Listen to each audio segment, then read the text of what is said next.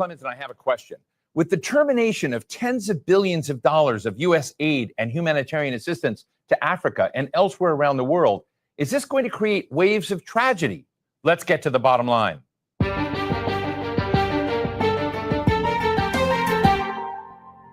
As part of its mission to downsize the U.S. federal government, the Trump administration has suspended employment of thousands of USAID workers and has terminated its programs and most global humanitarian assistance. There have been some exceptions for life-saving programs, but these are small waivers amidst an onslaught of huge, massive aid cuts. Africa stands out as the most impacted. But what may disappear? Humanitarian assistance, infrastructure support, medicine and food programs. These are all substantial for countries like the Democratic Republic of Congo, which receives about $1.34 billion each year. Ethiopia, which gets about $1.2 billion. Sudan, nearly $800 million. And other major grants going to Nigeria, to South Sudan, Kenya, Mozambique, Uganda, and more. But some see a silver lining in this gutting of U.S. support for the continent. With aid, they say, there has been substantial political meddling and resource exploitation that has demeaned and sidelined African empowerment and economic growth. So rather than trauma with the USAID cuts, there could be opportunity, they say. Today, we're talking with Ambassador Adikana Chihombori Kwao, a medical doctor and former permanent representative of the African Union to the United States. Ambassador, it is terrific to have you with me in stage here in studio. Let me just ask you, if I look through the USAID programs, some of which have been cut off, in Congo, there's an aid group, Action Against Hunger. This is they're treating tens of thousands of malnourished children. In Ethiopia, food assistance stopped for more than 1 million people, as we've seen these AID cuts go into force, really across the board with very, very few waivers. How is Africa feeling this moment? Do you see this as a story of tragedy, or is there something else that we need to be looking at? I think there's something else we need to be looking at. There is need for readjustments. There is need for realignment. We need to understand the real reason why USAID is in Africa. And not just USAID, but other NGOs. You look at DFID, which is the British equivalent, and many other smaller ones. Their sole purpose was to act as if they're coming to rescue Africa. They're coming to fill in the gaps in government services, gaps in education, gaps in healthcare, gaps in humanitarian services. They're coming in the guise of addressing issues to do with human rights, issues to do with environmental protection and social justice. They are coming in claiming that they are introducing grassroots initiatives that are going to help the people. And so they use that as a way to go into the most remote parts of Africa. They're talking about government advocacy. When you look at it on paper, it all looks really good, but they're actually wolf in sheep's clothing. They are using that open access sounding humanitarian to constantly destabilize governments. I can tell you right now, the majority of African leaders, and not just African leaders, but leaders in the developing world, are celebrating the exit of USAID. I was listening to a program, I believe it was CNN, and I was jumping up and down. It was a government official from Hungary. He was echoing the same sentiments. He said they are happy USAID is leaving Hungary because they are always supporting opposition. Their form of government advocacy is supporting whoever can keep the government in a turmoil. So, Ambassador, let me just jump in here for you. This is a message that I don't think many Americans hear. I think many Americans believe, not all of them, but many of them believe that AID was essentially set up for philanthropic reasons, for dealing with the HIV/AIDS crisis, dealing with the various instabilities in the region, dealing with infrastructure deficits. But you're saying that there was something else as part of that package, meddling. A major meddling agenda, major meddling agenda. The majority of some of the workers, now the average USAID worker may not realize it, but quite a few of them are also operatives who are underground. And their major agenda is to destabilize governments, destabilize countries. If you think about it, their sole purpose, for example, filling in the gaps in healthcare and education, where is the change? Show me one country that USAID was in and education improved. Show me what country where USAID was in and healthcare improved.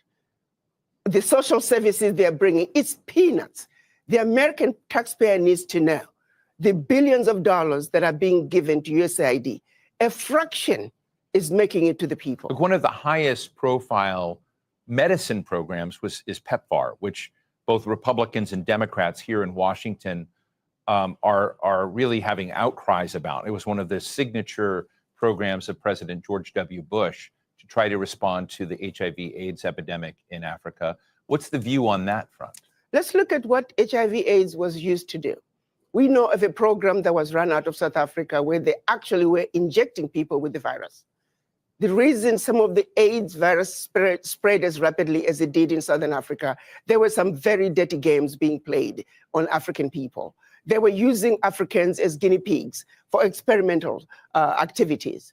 Even when you look at every aspect, they're using us as guinea pigs. Yes, there is some good, a percentage of some good, but not all of it is done with good intentions. You look at agriculture, they're destroying African agriculture by introducing those GMOs. You plant your seed in one season, your soil is finished.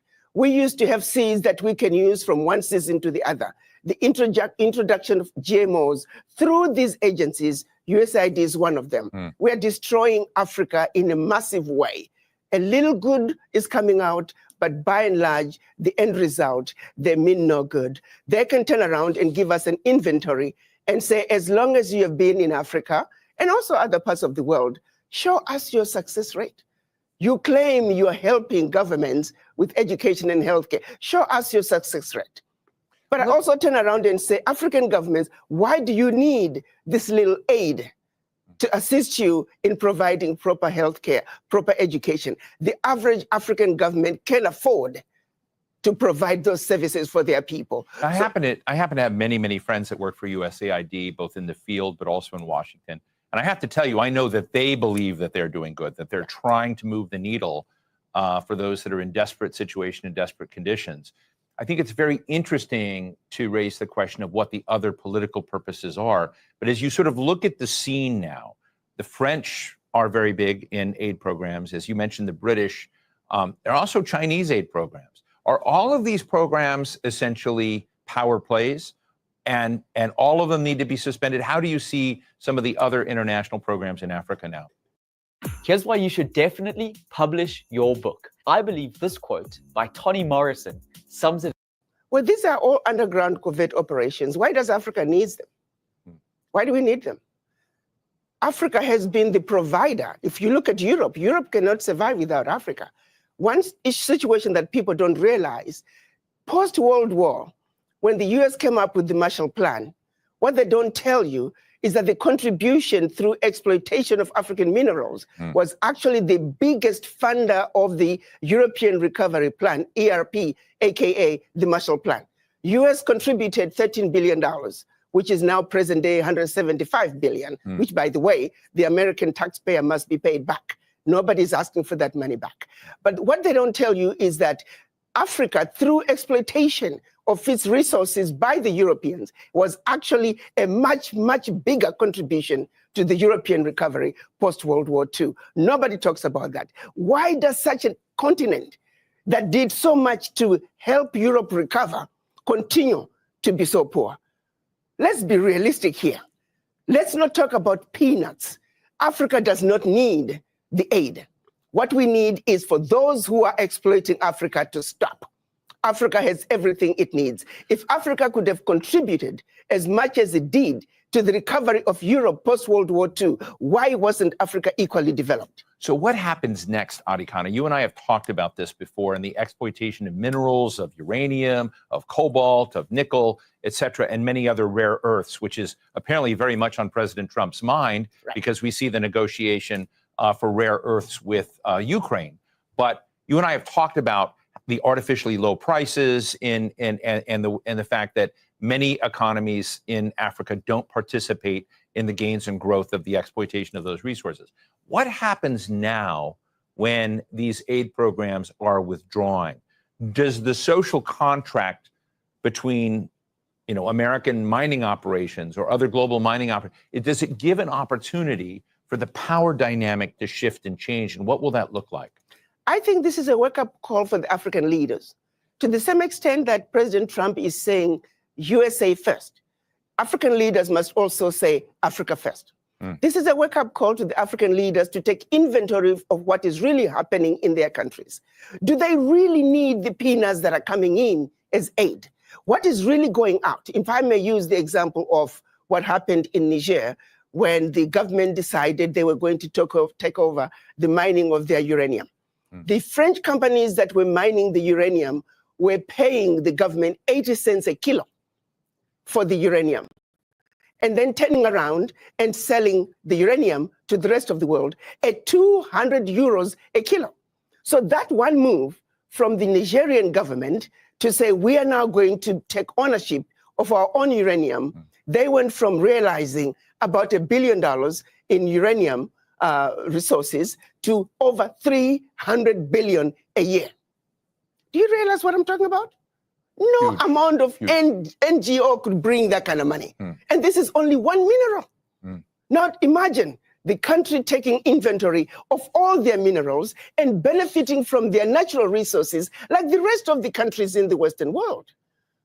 That is what African leaders need to look at. Do you see that in the horizon of African leaders right now? They're do you see them? Who do you see as the standout winners of that kind of change? And who do you think is still chasing AID contracts? Let me tell you, we need to look at what's happening in Burkina Faso, Niger, and Mali.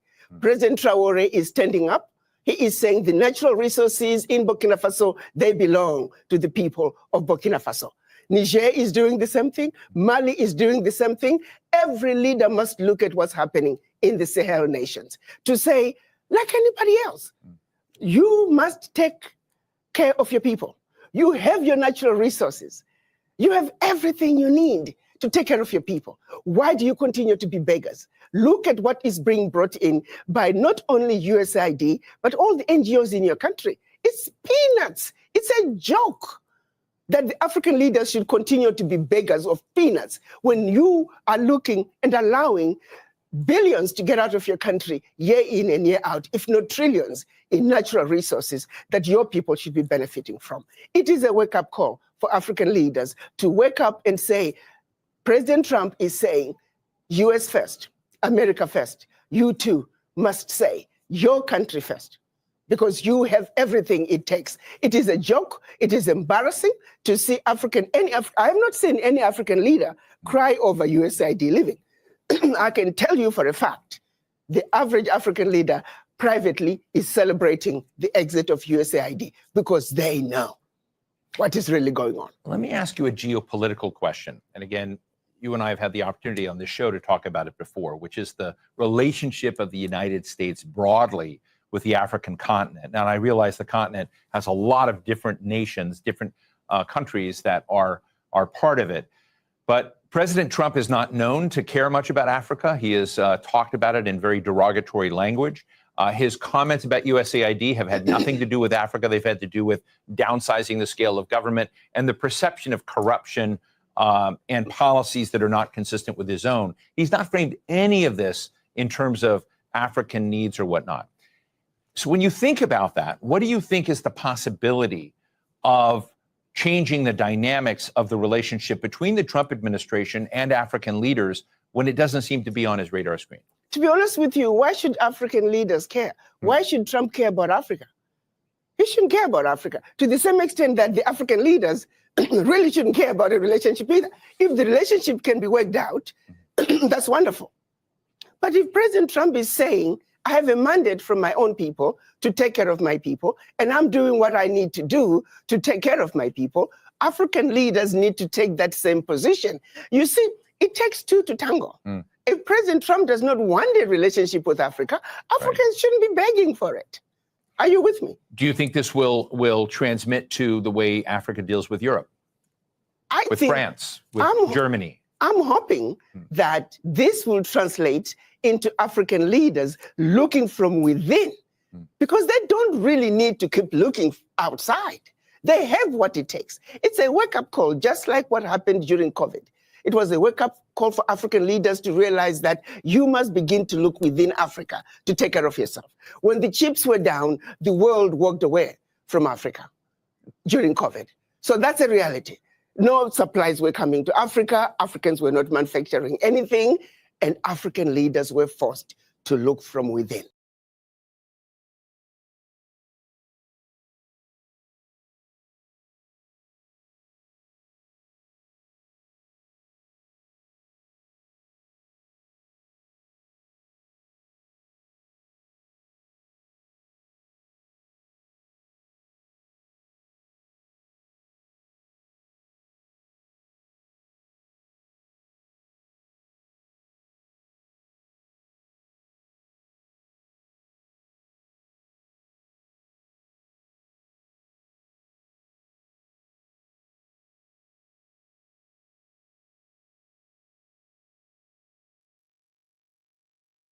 So many decades have passed and still we laugh.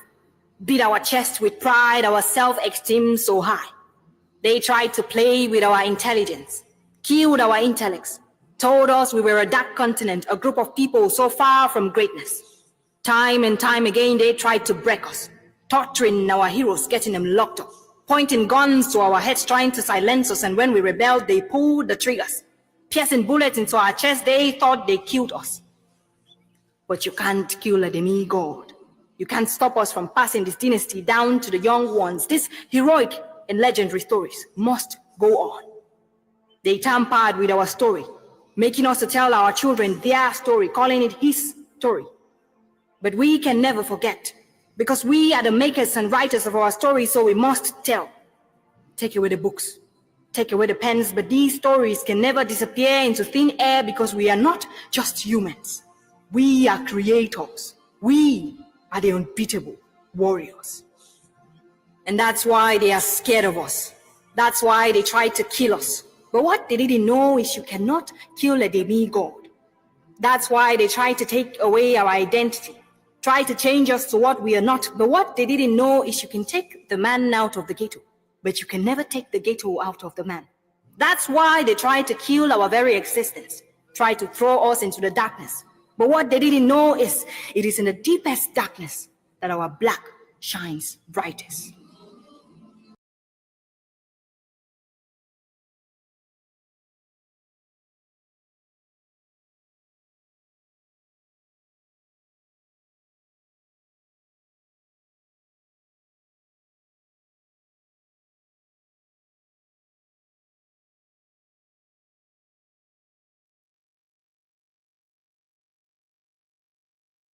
Word. All right. If you are a man, you keep your word. And now all that the black people in this country are demanding, and even the black people in the whole world are demanding, is that you keep your word. You told us we were free. Well, then show us that we're free. You told us that there is justice, equality for all in this country. Well, then stick to your word and let us see the justice and equality for all. Or else admit to us that you're not a man, you're a worm, you're afraid of us, you're afraid to give us equal stand. You're afraid that if you give us equal ground that we will match you and we will override you. And if that's what you're afraid of us, then tell us that just what you're afraid of. But don't keep hiding it from us and holding this up to us, and every time we ask you for something, you give us a little bit of something, and it's all tokenism. We don't want tokenism. And there are most black men in this world that don't want charity. And yet still every time we ask you for something, you give us a little piece, a little piece. You're playing games with us. We're not children. We're big men. I've seen my father have to put up with all kinds of stuff. He was a big man. He raised a family. He went down south, and he had to go around to the back door with his wife. We're not asking for anything. We're not asking for any favors. All we want is what's ours. Now, there are many black veterans. First, you tell us that it is manly to keep your word. All right? If you are a man, you keep your word. And now all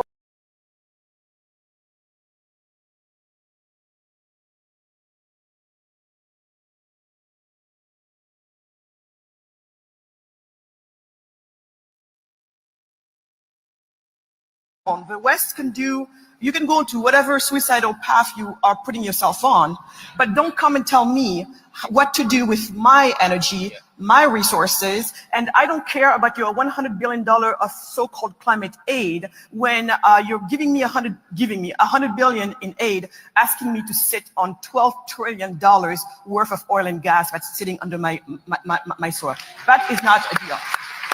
Say leave us alone. I also say leave us alone. The West can do, you can go to whatever suicidal path you are putting yourself on, but don't come and tell me what to do with my energy, my resources, and I don't care about your $100 billion of so-called climate aid when you're giving me $100 billion in aid, asking me to sit on $12 trillion worth of oil and gas that's sitting under my soil. That is not a deal. Say leave us alone. I also say leave us alone. The West can do, you can go to whatever suicidal path you are putting yourself on, but don't come and tell me what to do with my energy, my resources, and I don't care about your $100 billion of so-called climate aid when you're giving me $100 billion in aid, asking me to sit on $12 trillion worth of oil and gas that's sitting under my. But everyone has a different story. That is not a deal. Shell, who says it's Say losing. leave us alone. I also say leave us alone. The West can do, you can go to whatever suicidal path you are putting yourself on, but don't come and tell me what to do with my energy, my resources, and I don't care about your $100 billion of so-called climate aid when you're giving me $100 billion in aid, asking me to sit on $12 trillion worth of oil and gas that's sitting under my soil. That is not a deal. Say leave us alone. I also say leave us alone. The West can do, you can go to whatever suicidal path you are putting yourself on, but don't come and tell me what to do with my energy, my resources, and I don't care about your $100 billion of so-called climate aid when you're giving me $100 billion in aid, asking me to sit on $12 trillion.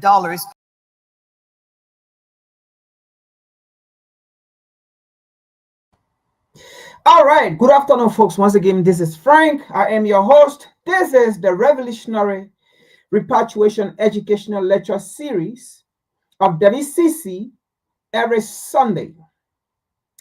Welcome you all. And as you come on, please share the live. Please also subscribe. Please also like. Give us a thumb button, all right? And let it go as much as it can go out there. Now, I changed things around because the messages came, all right? But anyway, today's topic, it says, anti-Trump march, hands off, believe hidden agenda. But that's going to be the last, actually, because it's not really important anyway. So the next one, it says, the motive of Khaddafi death. Now, again, as the week go on, the messages, began to change because I began to get messages from the ancestor, right? From our forefather on how to present this message. So I kind of changed things around a little bit. But the last message is going to be the phrase. The last message here is the motive of Khaddafi death. And the motive of Khaddafi death is the same as the motive behind over 20 assassination attempt of Abraham Traore. So the motive of Khaddafi death is going to be changed as the motive of Abraham Traore assassination attempt by Africa's secret enemy. By Africa's secret enemy. And Africa's secret enemy are the same people Africans sees as their friends. And those people are Africa's secret enemy. Now, let me put on a picture here to say something first before we go ahead.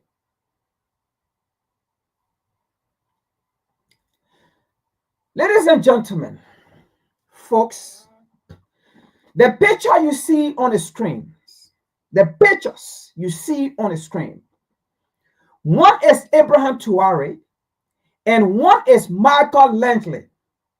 Now, one is Abraham Traore and one is Michael Langley. Now, two of them are Africans. Two of them are black people, right? And two of them are African people. Now, unfortunately, one of them is an African fighting for Africans, fighting for his country and fighting for the liberation of the African continent. And one of them, unfortunately, is an African, a black man fighting for his master, a slave.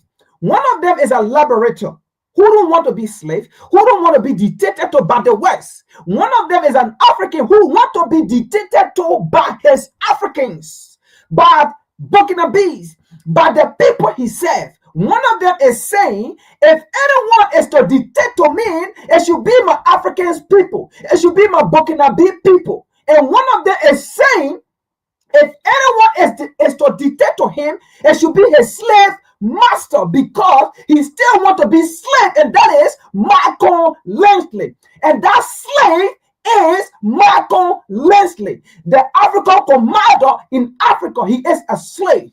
Unfortunately, one of them is a slave, Michael Lensley.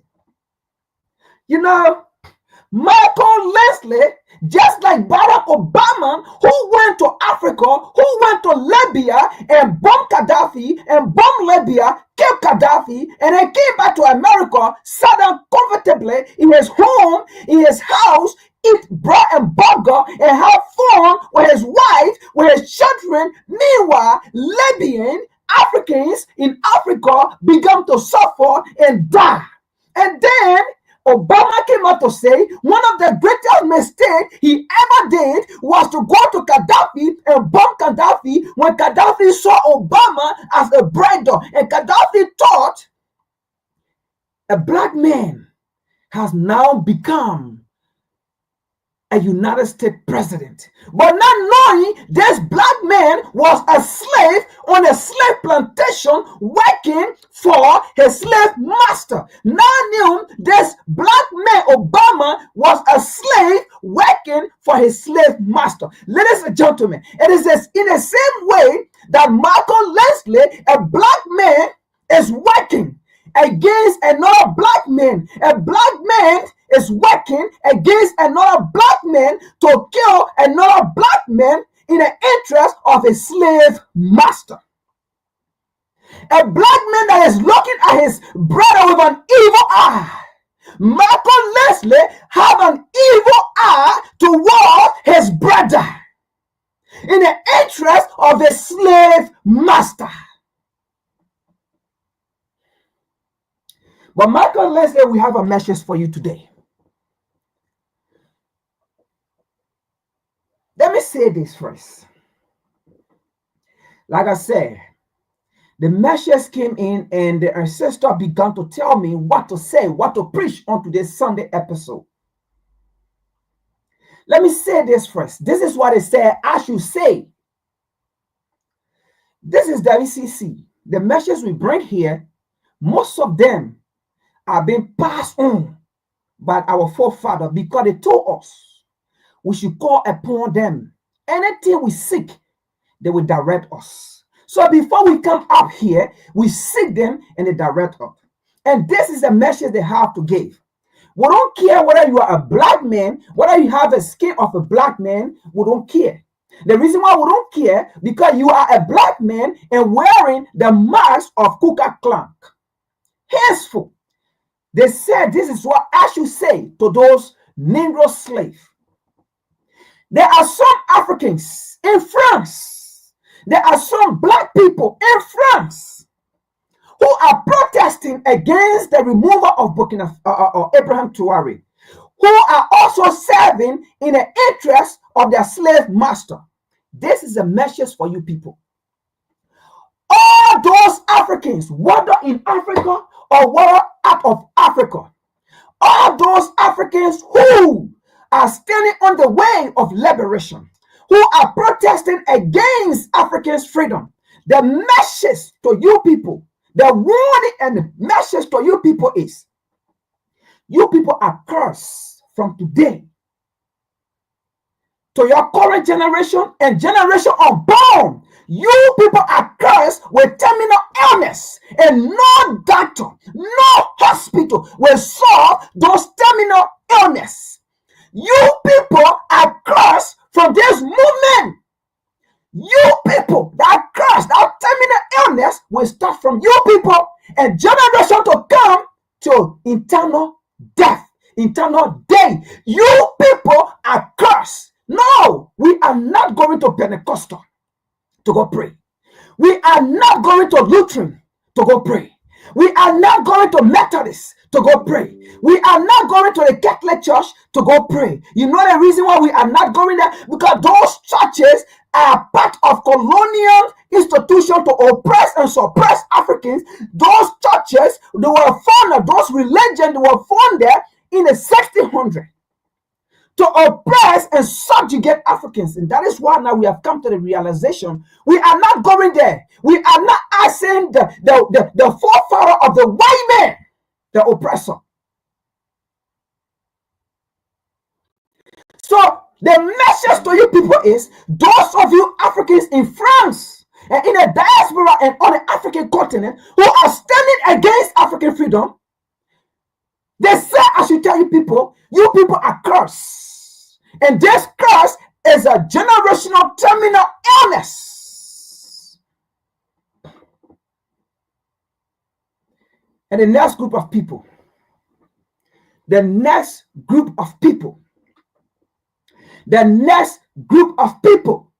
there's terminal illness that no hospital, no doctor will save you from. And you guys will die. Your children will die younger from this terminal illness. Yes, you will have generation who will come after generation, but they will die younger with terminal illness. No doctor, no hospital will solve those terminal illness. Those of you Africans who are on the African continent and who are in the diaspora working for the slave master and protesting and being paid by the slave master, it is those of you Africans that this message is for. Terminal illness is a curse on you today, and you will never escape. Terminal illness, it will start from this generation and generation to come, yet unborn. That terminal illness will follow them. We are not here to play. We are not here to go and pray to Pentecostal. We are not Pentecostal. We are Africans. We have our belief system. We have those who we're supposed to call on. And to those of you Western nation, this is your only warning too. Those of you Western nation, those of you Westerners who are behind the removal of Abraham Tuari, this generation of yours and generation to come, we curse you with terminal illness. You are cursed with terminal illness. And those terminal illness, no doctor. Don't take it to be formed. Don't take it to be formed. No scientists will ever find treatment for those terminal illness. You shall die with those terminal illness. Generation upon generation of those Western nations, or those Westerners who are behind the removal of and the killing of Abraham Tuari, who are sponsoring people to assassinate Abraham Tuari, who are on our way to freedom. Those Westerners and Western nations, terminal illness upon your nations. No scientist will ever find treatment. And you will never get out of it. Terminal illness, disease, you shall die. You are cursed. The next group of people is a message. So hold on, let me give my message before we continue. The next group of people, those African that are on the African continent, who are saying they are jihadi or they are terrorists, who are being funded by OSA forces, OSA entity. Those of you Africans who are in Africa, being a terrorist, terrorizing your own people, your own continent, you are cursed. Your children are cursed. Generation unborn are cursed. Generation to be born a curse. Terminal illness, you shall die. You shall die with terminal illness. Terminal illness that there will be no curable equipment or medication to it. Scientists will do research and research and research. They will never find cure. And they will never find any remedy. Terminal illness. And those of you corrupt African leaders who are standing on the way of African freedom, who are standing on the way of African, who have seen the vision of African people. Those of you African leaders who are against African way of belief, way of worship, or leadership, or democracy, but one Western democracy. Those of you African leaders, you are cursed.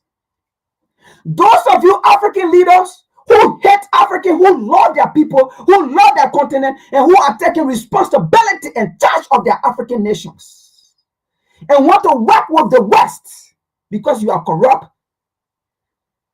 you are cursed. And this curse shall start with you. This curse shall start with this current generation of yours. And generation unborn to be born, they are cursed. They shall die enormous. It's a curse. We curse you.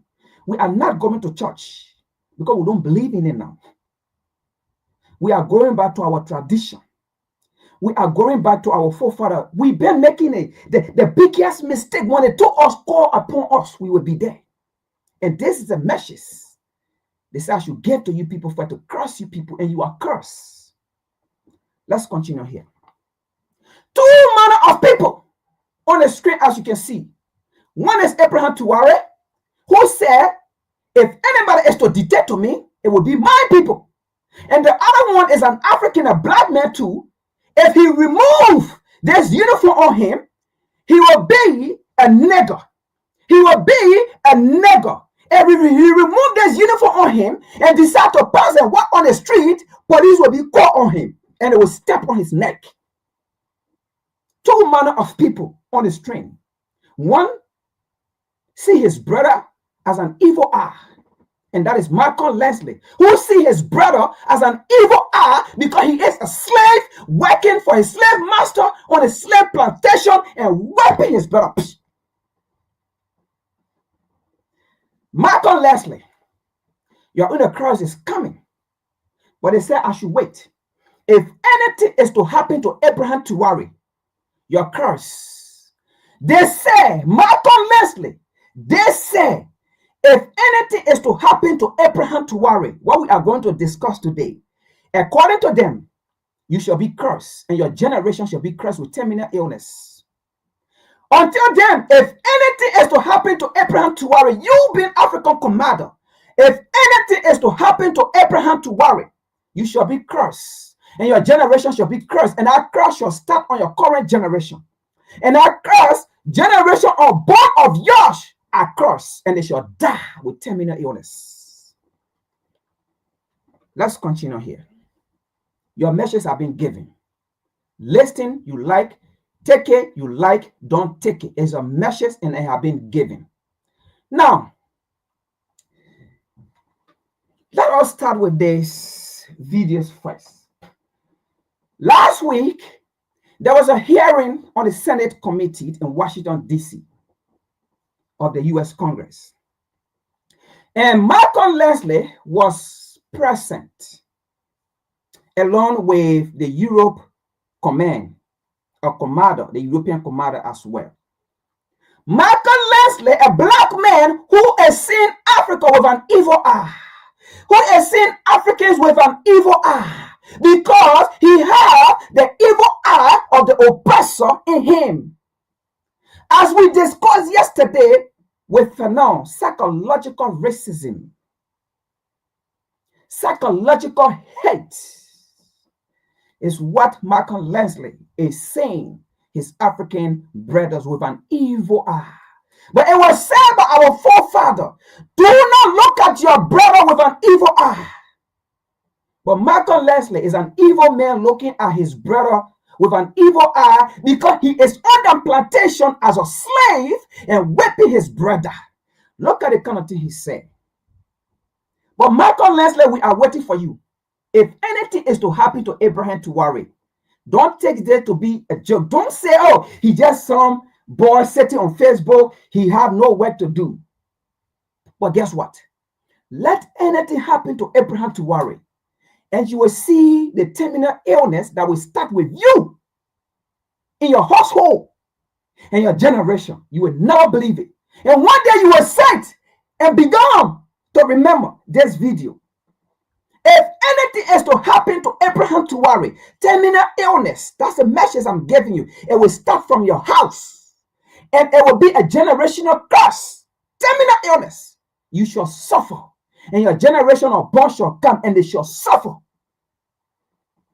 No doctor shall redeem you. Let's continue here.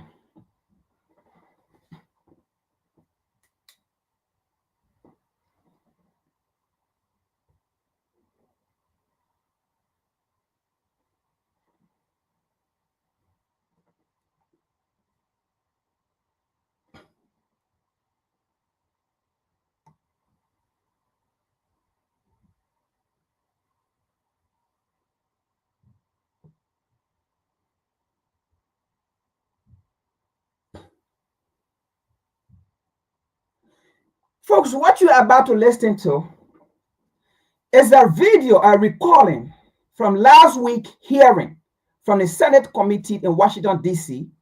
with the slave Michael Langley, the African commander in Africa. The slave Michael Langley, the slave that is on a slave plantation, but not knowing, not recognizing he's on a slave plantation. Not knowing he is on the slave plantation. In order to work against his brother, against a continent that's supposed to be his, to destroy in favor of his slave master. Because Leslie is a slave. Just like many other Africans who are still slaves, but not knowing, not recognizing that they are slaves, working against themselves in favor of their slave master. And see what came from his mouth. Now watch this, and we're going to break it down, but I'm going to be skipping parts because okay, I'm gonna be skipping some part because we gotta go ahead of time, and I want to hear you guys to hear from him. It's a 2 hours video, but we're gonna be skipping. We are gonna spend maybe 30 minutes, but I'm gonna skip it until we get to the end. But we gotta discuss what we are here for and the mission of the U.S. in Africa, the mission of Europe in Africa. Bear in mind, these people assassinated Thomas Sankara. These people assassinated Patrick Lumumba. These people assassinated Cabral. These people assassinated Khaddafi. These people put sanction on Robert Mugabe. And these leaders have good intention for Africa.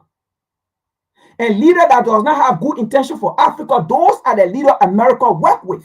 Those are the leader Europe work with. America have never ever worked with African leaders who have good intention for Africa. Europe have never ever worked with African leaders who have good intention for Africa.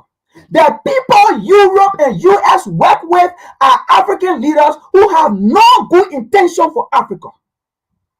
And these evidences are there. And America can never deny it. Washington, D.C. can never, ever deny it. Washington, D.C. never in history worked with African leaders who have good intention for Africa. They end up indirectly or directly assassinating those leaders. And that's the kind of friendship Washington, D.C. have built with Africa. That's the kind of friendship Europe have built with Africa. Their embassies in African nations are not there for any cooperative or mutual benefit for Africans. Their embassies in Africa are there, just like their NGOs in Africa. Just like there are non-governmental organizations in Africa, so there are embassies in Africa to run propaganda and to make sure to bring about the demise of any African leaders who seek good intention for the African continent and for their nations. There is no evidence, there is no history where U.S. have ever worked with African leaders who have good intention for Africa. If not, they could have worked with Nkrumah. If not, they could have worked with Thomas Sankara. If not, they could have worked with Amilcar Cabral. If not, they could have worked with Khaddafi. If not, they could have worked with Patrice Lumumba. If not,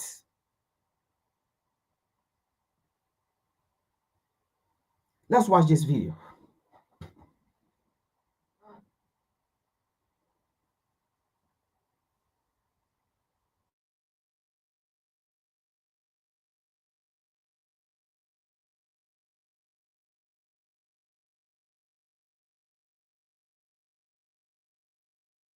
Morning. The committee will come to order, and today we welcome General Christopher Covoli, the commander of U.S. European Command, and General Michael Langley, the commander of U.S. Africa Command. Thank them both for being with us today. First of all, we meet today in the wake of the difficult news that we have been learning more about over the last few days. We've been saddened by the death of 4 American service members, and we now know the names of them all. They passed away in a tragic training accident in Lithuania, and so we recognize them and send our best to their families and friends. But this morning, we talk about 2 very important areas. Pause in fighting to reconstitute its military. I say all this to make a simple point. We cannot wish away the Russian threat. Despite Russia's aggression, there are some who believe now is the time to reduce drastically our military footprint in Europe. This is a viewpoint with which I disagree. I'm troubled that this deeply misguided and dangerous view is held by some mid-level bureaucrats within the.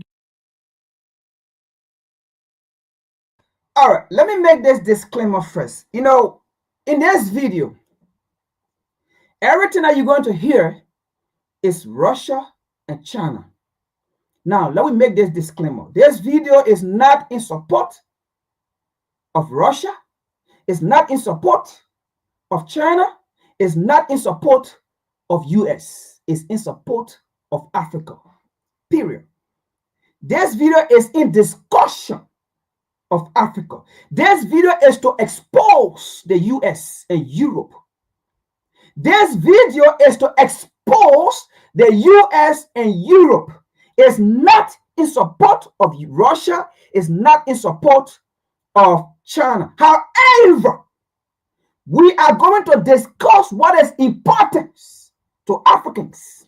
We are going to discuss what is important to Africans. We are going to discuss the role of Europe in Africa, the role of China in Africa, the role of Russia in Africa. And that what interests Africans. So it is not in support of Russia, China, US, or Europe, but in support of Africa. However, we have explained that. Now, in this video, the United States, instead of the United States focusing on her failures in Africa, the United States is fighting Russia and running propaganda on the notion of how Russia is bad and Russia is influencing Africans to turn against US. And to say Africa as a continent is a baby. But I don't blame the US.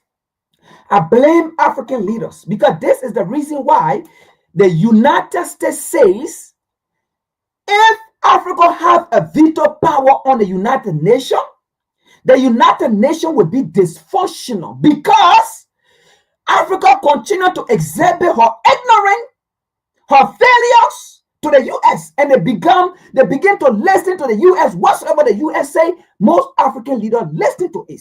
That is why they say when Africa have a veto power on the United Nations, it will become dysfunctional because African leader does not know how to lead. They only listen to anything Europe and USA or anything the white man or anything outside of say. They listen and go by it because they never make decisions on their own. They don't unite on the African continent as African leaders. They always want, you know what? The United States is telling African people, you guys are dumb. You guys are stupid. How can you come to us for advice when we were the one that colonized you? We were the one that enslaved you.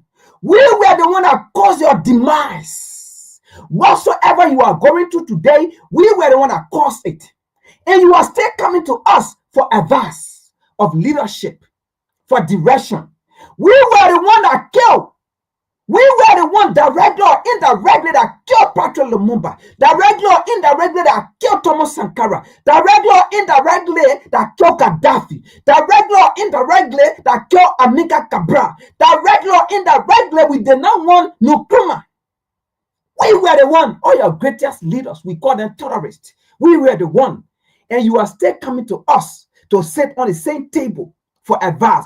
Do you think if we wanted you to sit on the same table, or do you think if we wanted Africa to rise, we couldn't have war with Khaddafi, we couldn't have war with Nkrumah, we couldn't have war with Patrick Lumumba, we couldn't have war with Thomas Sankara? The US is telling Africans, those leaders, they were good leaders in the interest of Africans, but they were against American interests, foreign policy interests. And that is why we took them down. And you are coming to us. So if you are coming to us for us to improve Africa, it's not going to happen. Because leaders that we were against, they wanted a betterment for Africans. And that is what America is saying in this video again. They are playing for Africa. It's not good intention. It was never a good intention yesterday. It will never be good intention today. Listen, folks. Don't think it is because Trump is in power and people come and tell you Trump is this, Trump is that, Trump is that. No, it is the system. Trump is not the system. Trump is not the system. Trump is not your enemy. Your enemy is the system. And your enemy are even described in the same very Bible you read. Your enemy is not on the ground. Your enemy is not in the sky. Your enemy is not in the water. Your enemies are on planet Earth. Your enemy are your friend. The people you call your friend, they are your secret enemy. The description of your enemies are in the same very Bible you believe in and you read. Let's continue.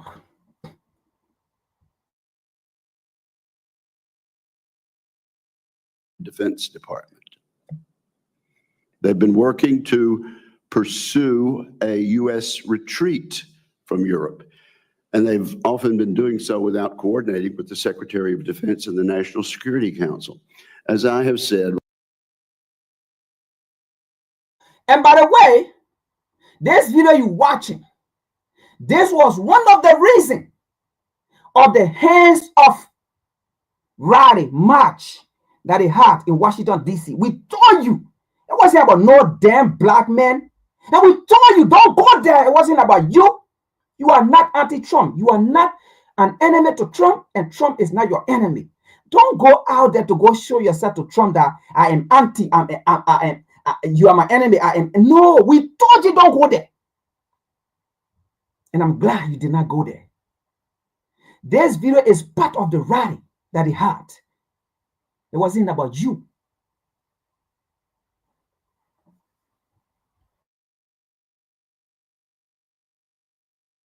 Russia is now mobilized for permanent war. Withdrawing now would doom any hope of lasting peace in Europe. Right now, we have a unique opportunity in Europe. President Trump's leadership and the Russian threat have jolted Europe awake. Many So you heard that. President Trump is making treaties with Russia, is a friend with Russia. You heard that, right? It wasn't about you. All they wanted was for you to get on the street because numbers matter and the war cease. It wasn't about you. There is a lot to this video, but we can. I'm going to skip it because it is certain thing I want to discuss here. We are not going to discuss all, okay? All right, because we want for this channel to remain. Notice this.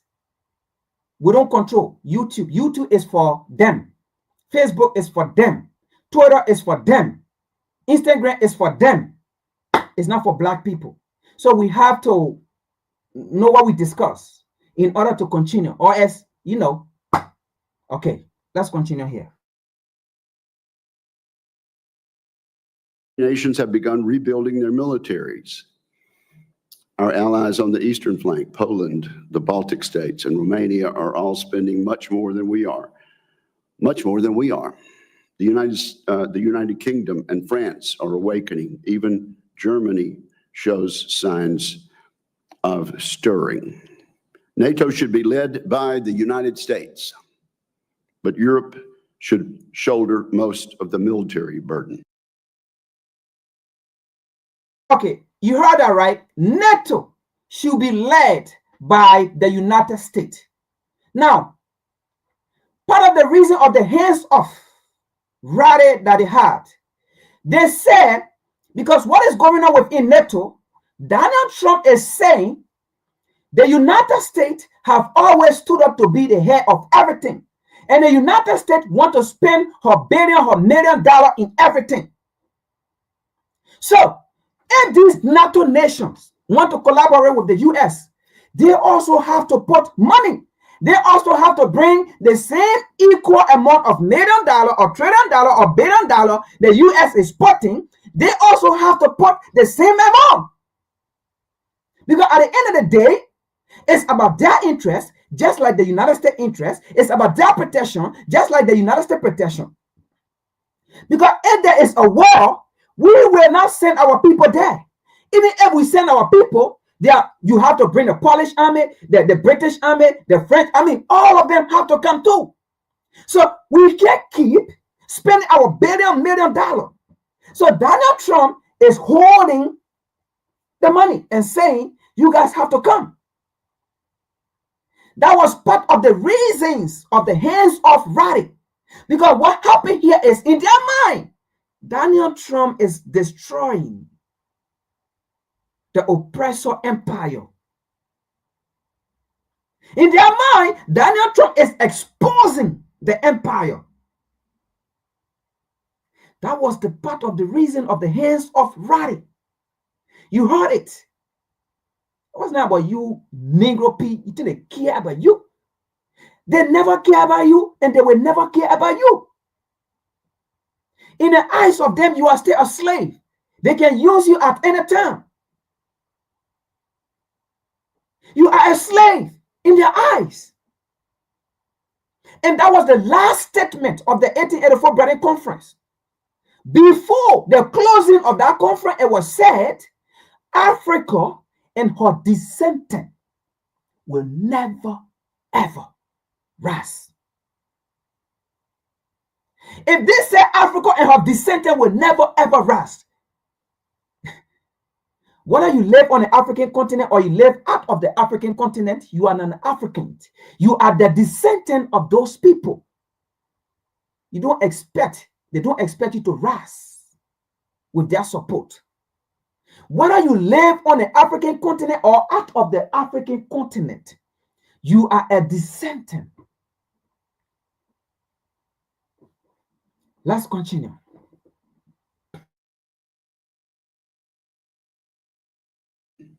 We can achieve that by combining the right incentives with low-cost assistance from the United States, including a drastically overhauled foreign military sales system. To build that NATO, We must maintain our current posture, which will serve as a bridge to the planned buildup of combat power by our European NATO allies. After 3 years of war, we probably should make some posture adjustments, including moving forces east. But we must maintain a strong military posture in Europe overall.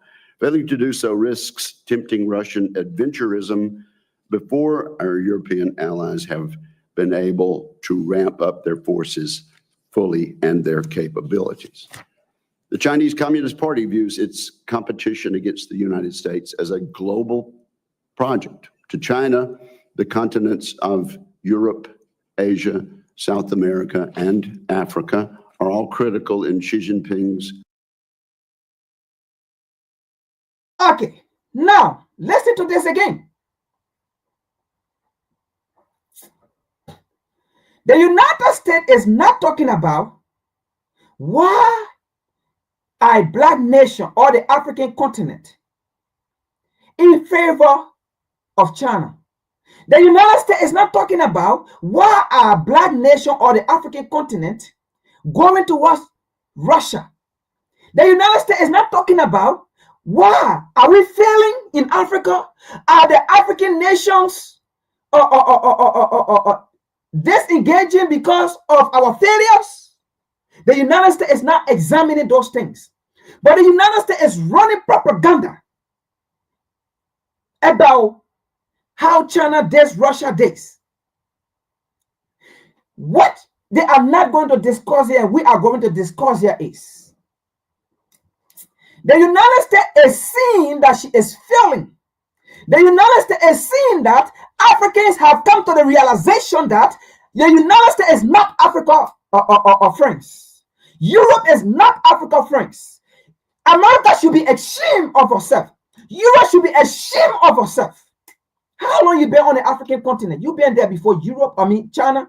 You've been there before Russia. You should be ashamed of yourself. You should be asking yourself, have we failed the African people? Have we failed the African continent? What have we done on the African continent that Africa is going towards China? Africa is going towards Russia. What have we done on the African continent that Africa does not want our military again? Africa does not want our interest. Africa does not want our NGO. Africa does not want our presence. What have we done? Those are the questions you should be asking, and go on your table and go see you're wrong.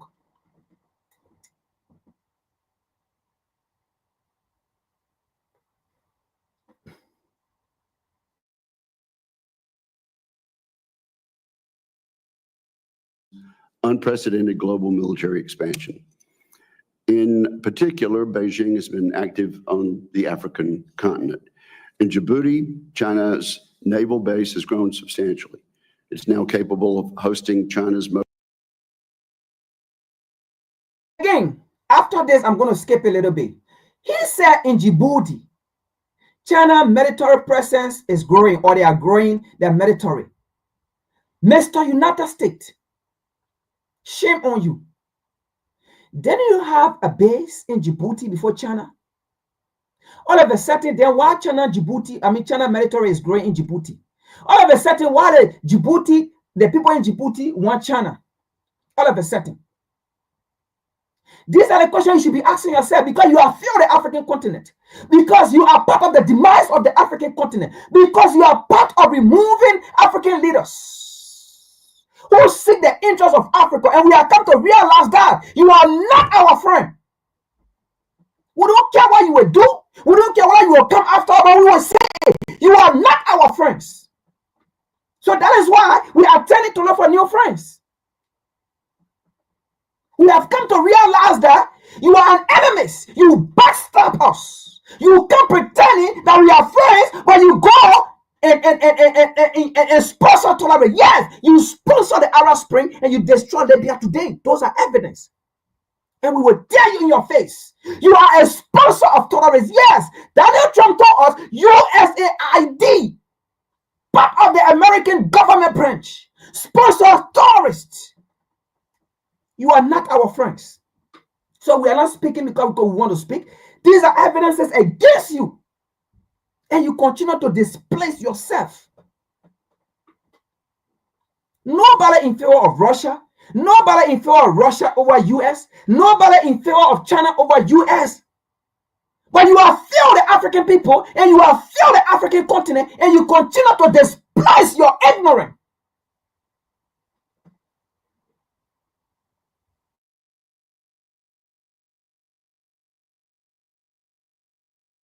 Most advanced naval vessels and serving as an intelligence collection outpost against America.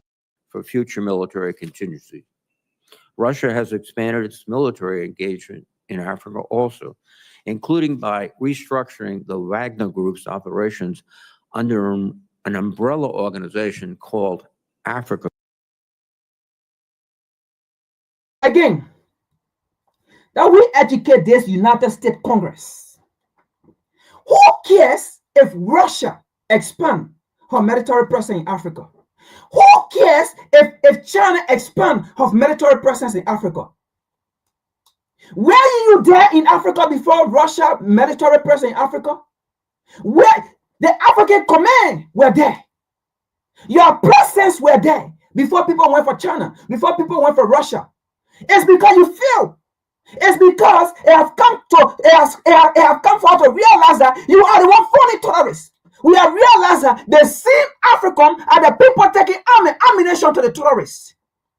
How can the terrorists have modern weapons and the African military does not have it? Where are these weapons coming from? Proxy war.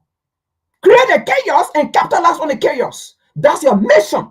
The United States mission in Africa is to create a chaos and capitalize on the chaos to accompany their mission. So why will Africa not go for different people? Why will Africa not seek help from us? We saw you in Ukraine. The billions of dollars you spend in Ukraine. Have you spent billions of dollars to fight terrorists in Africa? But you spend billions of dollars to build drone. You don't give it to Africans. You don't empower Africans. You send all your modern technologies and weapons to Ukraine to fight Russia, which we don't have problem with it. But you say we are your friends. Did you send us military equipment to Africans nation to fight the terrorists? Oh no. But in return, it is the terrorists that having these modern weapons or foreign weapons. Why will Africa not seek help from somewhere else? It is because of your failures. It is because of your attitude. It is because of your dirty games you play. And no one cares anymore because you are being exposed.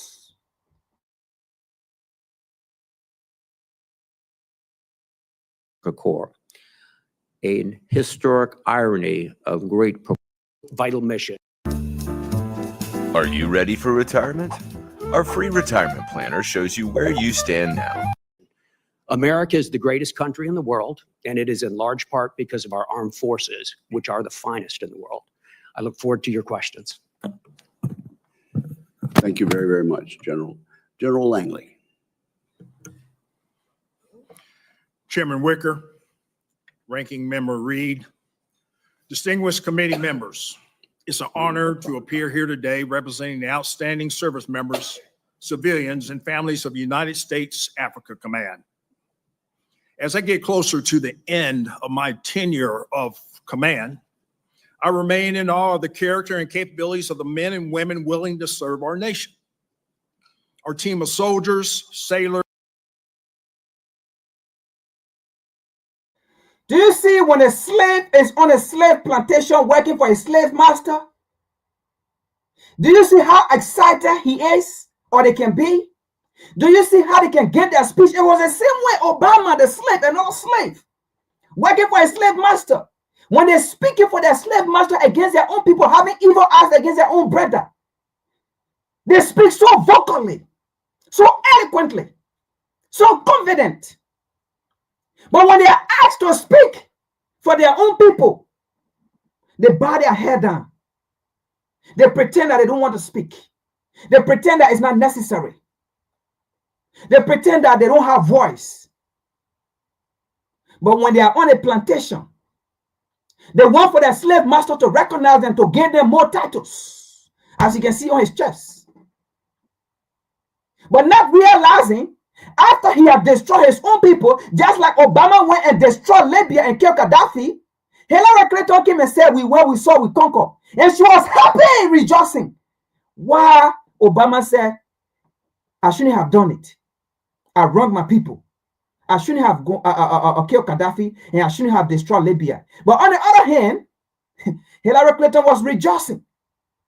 And this is the same way Michael Leslie will regret, while his slave master will rejoice. That is why the slave and the slave master cannot serve the same God. Because the slave is praying to be free. And at the same time, the slave master is praying to get more slaves. And for the slave not to be free, and for the slave not to be empowered. And they pray to the same God.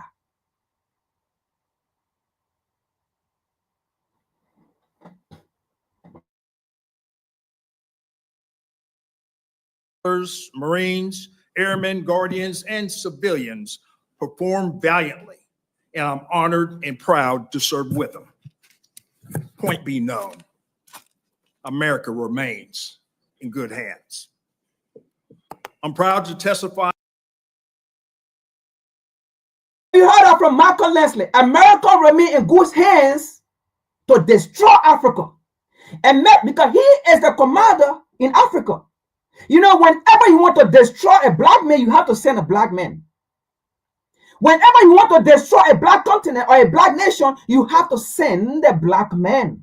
So America is in good hands as long Michael Leslie is the commander to destroy the African continent, to destroy the African nation, to kill African visionary leader. Michael Leslie is saying America can count on him. America is in a good hand for him, Michael Leslie, to kill Africans, to go and West African blood. America is in good hands. That is Michael Leslie.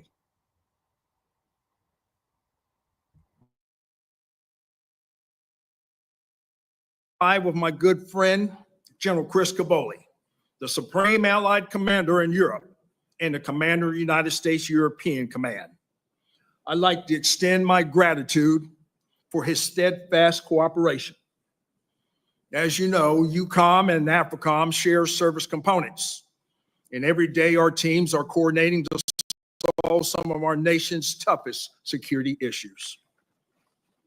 Also joining me today is a key member of the AFRICOM team, my command senior enlisted Sergeant Major Michael Woods, United States Marine Corps. His 32 years of experience provide me with the critical insight needed to understand the operating environment.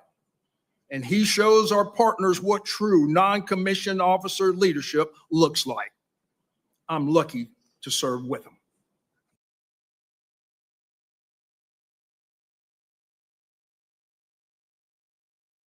Michael Leslie is saying he's lucky, he's blessed to serve as African commander for a slave master to destroy Africa. Michael Leslie is saying he's blessed to go and destroy Africa. Michael Leslie is saying he's blessed, he's lucky that he is the one to send to go destroy African liberation, to go destroy African freedom, to go destroy African happiness, to destroy African independence. Michael Leslie is saying he's blessed and lucky to be the one to take African resources, to take it to Europe and America. Michael Leslie is saying he's blessed for that. He's blessed to serve as a slave. He's blessed to work for a slave master against African, against his own people. Michael Leslie is saying he's blessed and happy and lucky to have an evil eyes against the black continent, against the black nation. Michael Leslie is saying he is blessed to have an evil eye to go destroy Africa, to kill Africans. Michael Leslie is saying he's blessed and lucky to serve as a commander for an oppressive security forces against his own people.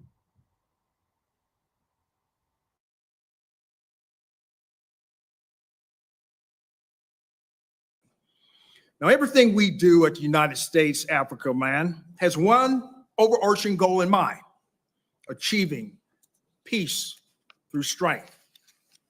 Now, this requires three things: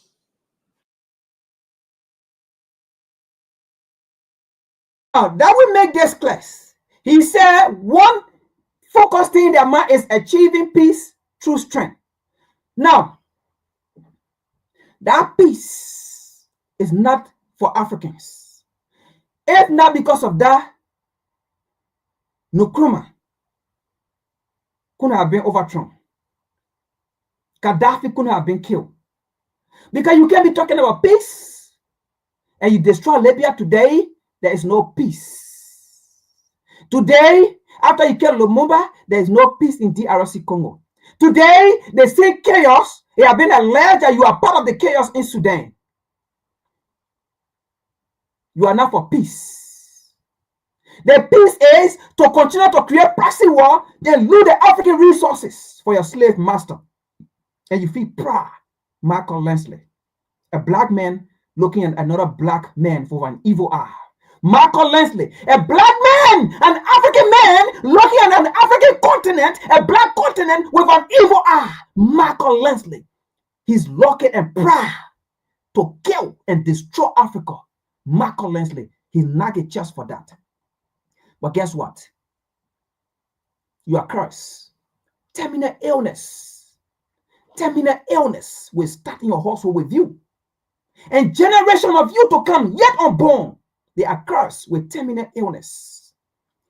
They shall never be free, ever, from any doctor, any treatment. They shall never be free. They will go searching for treatment from place to place. It's a curse, generational curse, terminal illness. They will die young.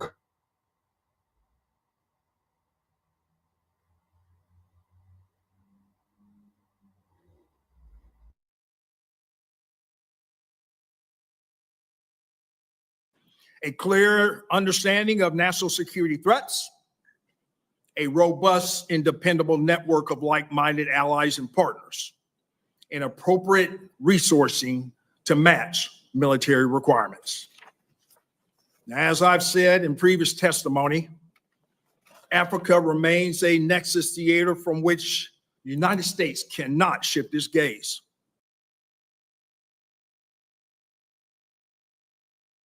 So you heard that. Africa remains a priority. The same Africa, they say it is spoiled. The same Africa, they say it's too much disease. The same Africa, they say Africa have nothing to offer. A continent that have nothing to offer, why should it remain a priority to America and Europe? Shame on the US and Europe for always lying to the world and lying to African people. You say Africa have nothing to offer. What are you doing there? Why should Africa remain a priority to US interests? Michael Lensley is saying Africa remain a priority that he will destroy in the interest of his slave master. Michael Lensley is saying he does not care. He will destroy the African continent. He will kill Africa. He will waste African blood. Michael Lensley is saying he will uphold the 1884 Berlin Conference that says Africa has descent and shall never rise. Michael Lensley is saying he will uphold that mandate for his slave master.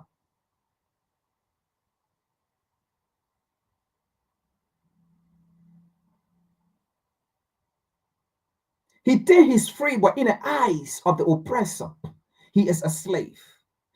That is why in the 1820s, or they say in the 1920s, Adam Smith in Washington, D.C. told Congress, just how he's sitting, he told Congress, don't allow the slave to recognize that you hate him. Give position to the slave. Because the main thing here is productivity. That's how Adam Smith measured his economy. Adam Smith did not measure his economic theory, all right, through production and wage. How labor versus wage, right? He measured it just with production because at that time he was dealing with slave. So Adam Smith told the United States Congress, give position to the slave to your slave. Treat them. Give them medical treatment if possible. The same place you go for treatment, let your slave master go for treatment there. Let's say when your animal is sick, you treat your animal. You have animal hospital. In the same way, the slave should have hospital. Give them position. If it costs for you to sit on the same table to eat with your slave, sit on the same table. If it costs you to exchange the same glasses with your slave, exchange the same glasses with the slave. And the slave will see himself as a free man. And the slave will be productive. The slave will do exactly what you want. That was Adam Smith's theory. And it is that theory that is still in existence today. When you see the black man going against a black continent. When you see a black man having an evil eye against his friend black man or his friend black brother. Because that theory of Adam Smith, it is in existence. But Michael Lansley, no matter what you do, you are a slave in the eyes of Washington, D.C. Don't get it twisted.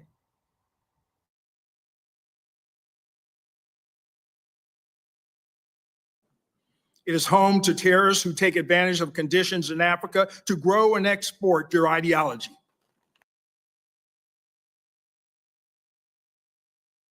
One thing, the U.S. speak in code. These people speak in code. What he just said, their aim in Africa is to grow and export the resources out of Africa. That's what he said. That is their goal. Their goal is to extract the resources of the African nation, of the African continent. That is their goal. So Michael Lansley is in Africa to exploit the African resources for a slave master against the African masses. Michael Lansley does not care. Places in Africa, no safe drinking water. Michael Lansley does not care. Places in Africa, no safe hospital, no poor educational facility, no road. Michael Lansley does not care because his aim is to exploit a continent that's supposed to be his continent. A black man with an evil eye against his brother is Michael Lansley. Call his name, Michael Lansley. A black man with an evil eye against his black brother, against a continent that's supposed to be his continent. Michael Lansley does not recognize that your generation, the only continent they can call their continent is Africa. Your unborn generation, the only continent they can call their continent is Africa. They can't call Europe their continent. They will never call North America their continent.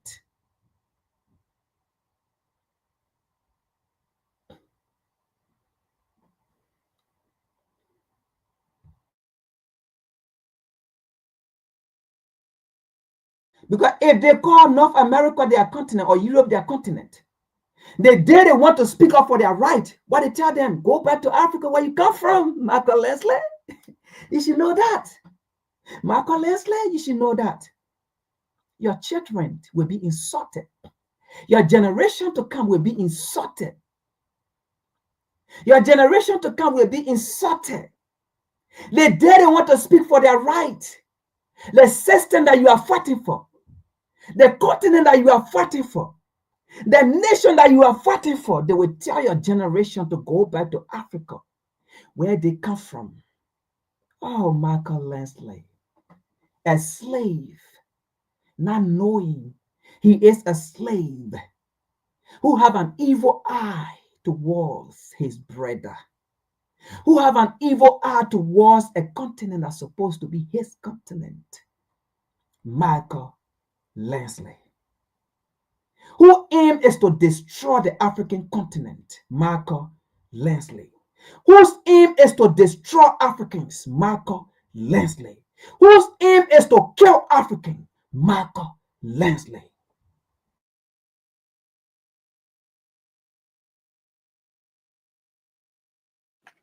ISIS controls their global network from Somalia. It is where the Chinese Communist Party actively works to change the international rules-based order. As a stepping stone to become the global. Now, these are all propaganda. And I'm going to prove to you what Michael Leslie is saying. They are all propaganda. What did they do to Gaddafi? They said the same thing about Gaddafi. They said all kind of horrible thing about Gaddafi. And the Libyans sat down there and listened to America. Today, they regret it. Africans sat down there and listened to America. And today, they regret it. Africans, let me ask you this. America said all kind of horrible thing about Lumumba. Was it true? What they said about Lumumba and they killed him? Answer that question. Africans, America said all kind of horrible thing about Thomas Sankara and they killed him. Was it true? That what they said about Thomas Sankara? African, America called Nkrumah a terrorist. Was it true? What they said about Nkrumah, that Nkrumah was a terrorist? Answer that question. Africans, the United States called Nelson Mandela a terrorist. Was it true that Nelson Mandela was a terrorist? Answer that question. Africans, the United States called Malcolm X an extremist. Was it true? Malcolm X was an extremist? Now, they have said all kind of horrible things about our leaders. And none of those things that they said about our leader was true. They did the same to Gaddafi in our current time. Was it true? Was all lie. The United States is known of lies. The United States is a liar, a nation of lies, a nation of propaganda. Or you don't believe it? Let me pause this video and we watch another video about the US. We will come back to this video. All right? We'll pause this video. We'll come back to this video. Let's see a video here about Gaddafi.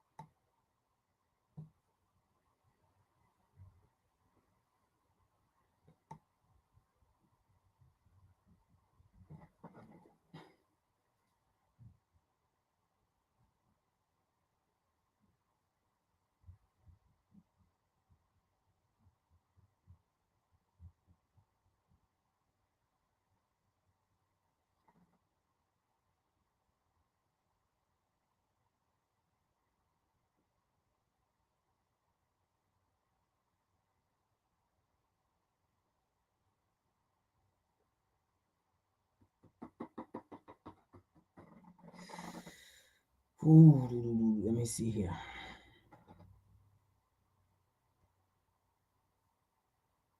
Let me see if, no, it's not this.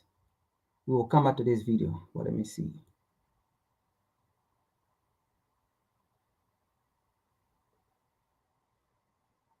Be with me, folks. Let me find this video. I gotta find it.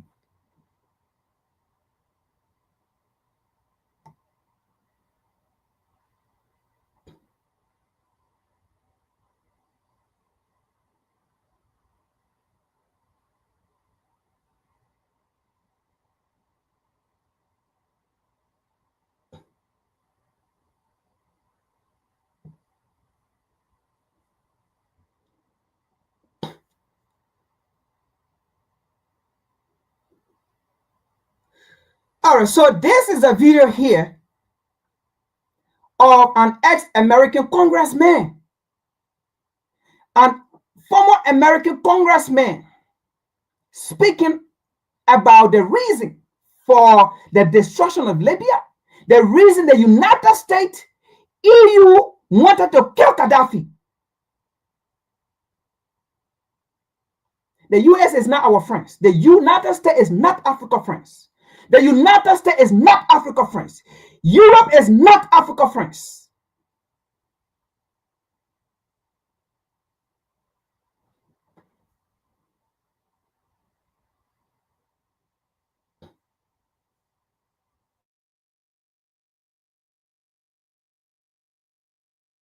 We were the ones that caused Gaddafi's death because Hillary Clinton played a game over there, and I was the one that went over there during the war.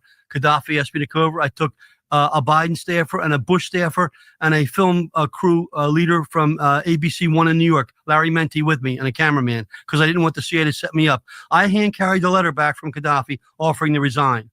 The U.S. didn't want him to resign. They wanted to kill him. Why? Because Gaddafi, and I met him 3 times. I took Biden on my second trip to Libya, by the way. He went with me when I spoke to the whole country. And every meeting I had with Gaddafi. So you heard that. Biden, anyone, Libya, and he took Biden, Joe Biden, to Libya to meet Gaddafi. Biden went to Khaddafi. Biden went to Libya and saw how Libya was built, how Libya was progressing, how Libyan went to free school, how Libyan benefited from their resources under the leadership of Libya or Khaddafi. So you heard that. The United States wanted to kill Gaddafi, not to even get him out. But guess what? The reason why the United States wanted to kill Gaddafi, the United States is not Africa friend, folks.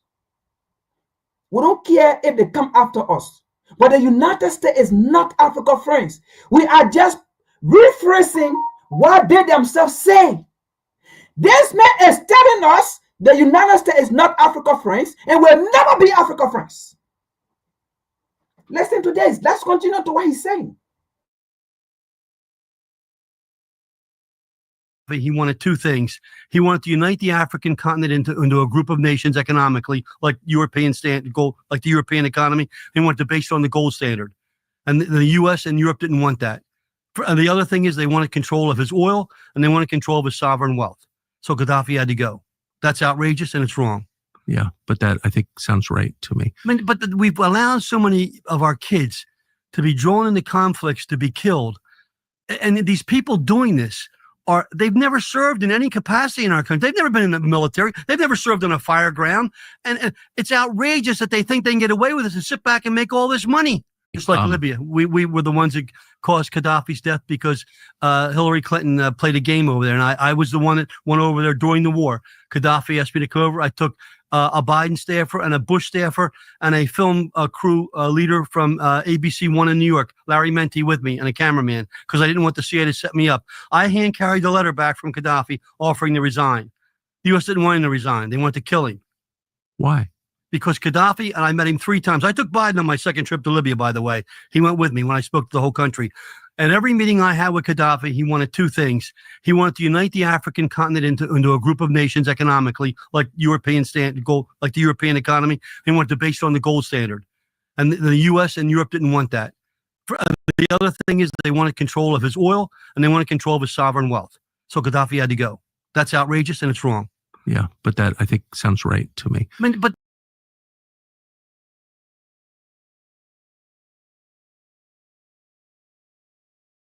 so you heard that for yourself, right?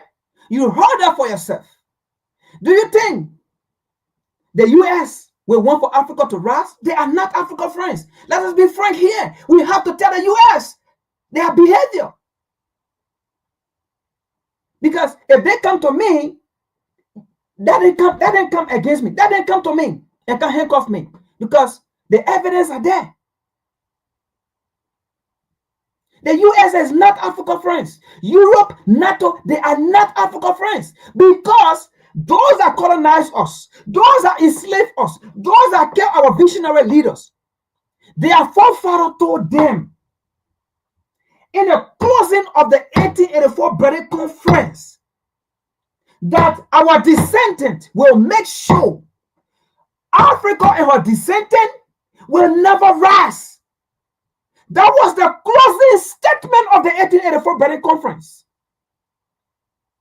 And these people make sure. So that is why the U.S. can never be Africa friends in terms of development or progress. Europe can never. Look what he said.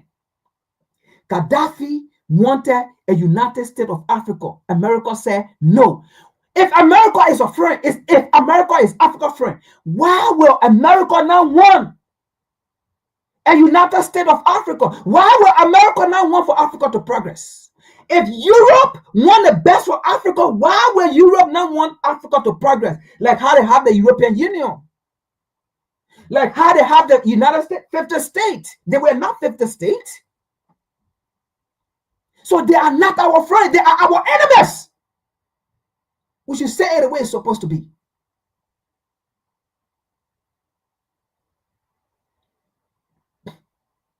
In the worst part, they did not even want for Khaddafi to resign. You know the reason why? Because if even Khaddafi resigned, Khaddafi will still be a state figure in Africa to make sure he will be an elder man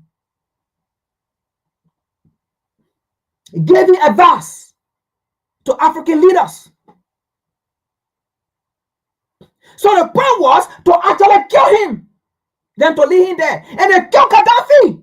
How can America be our enemies? Who stood against African progress? Who stood against African progress? Who stood against African determination? America is not our friends. Because America has proven herself as an enemy to Africa. You are not our friends. You are our enemies. You prove that. You prove that time in, time out, that you are an enemy to Africa. So why can't Africa turn to another place where they can go and get help? Why they can't go there? Why are you mad when they turn to China? Why are you mad when they go to Russia? China have never overtaken African president. China have never overthrown. China have never killed African presidents. Russia have never killed African president. Russia have never overthrown African president, but United States have overthrown African president. United States have killed African president. Europe have killed African president. Europe have overthrown African president. And these are all good African leaders. And you leave corrupt Africa in power, you don't overthrow them. You are our enemies, America. You are our enemies. You are our enemy, Washington, D.C. and Europe. The nation that took Khaddafi are African enemies. The nation that destroyed Libya are African enemies.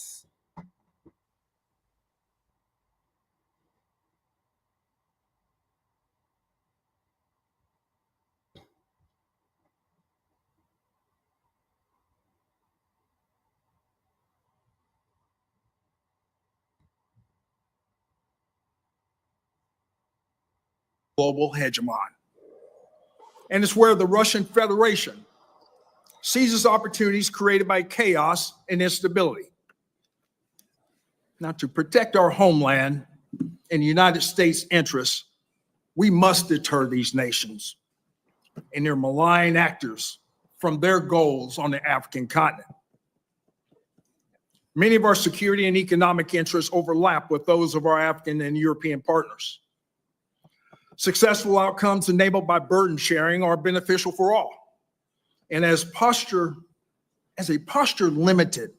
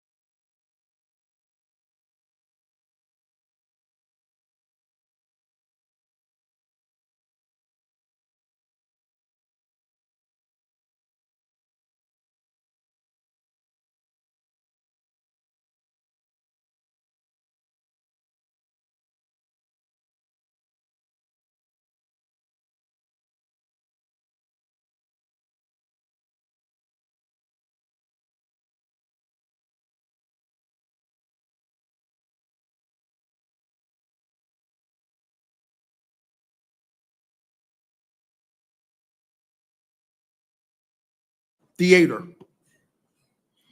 AFRICOM, we establish strength and work towards peace by enhancing the security capabilities of our African partners through a robust system of alliances.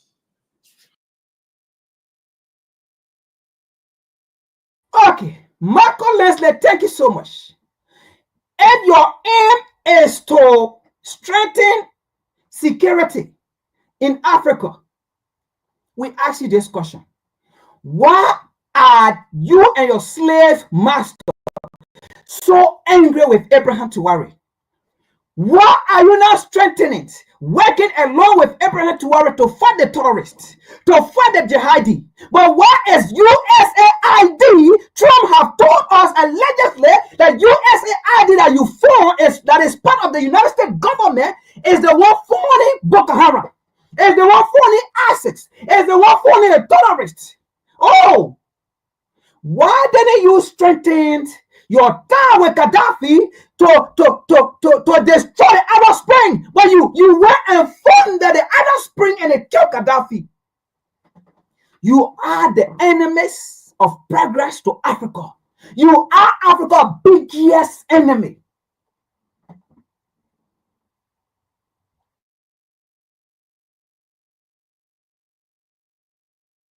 Exercises, training events, security cooperation, and foreign military sales.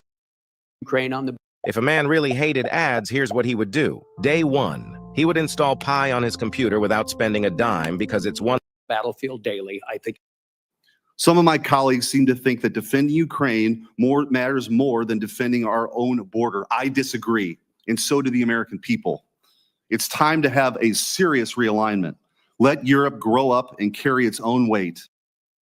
Hopefully recess.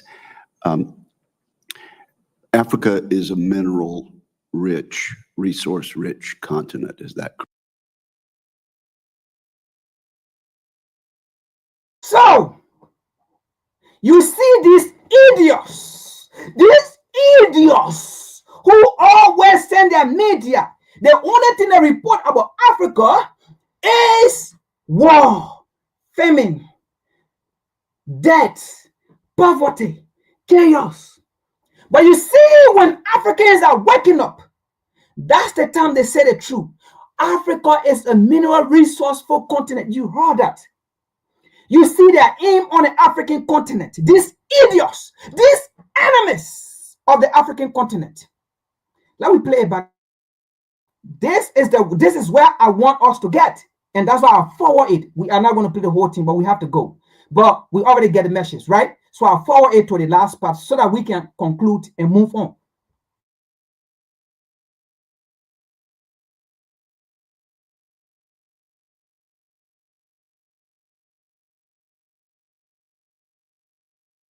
Using it to defend their country.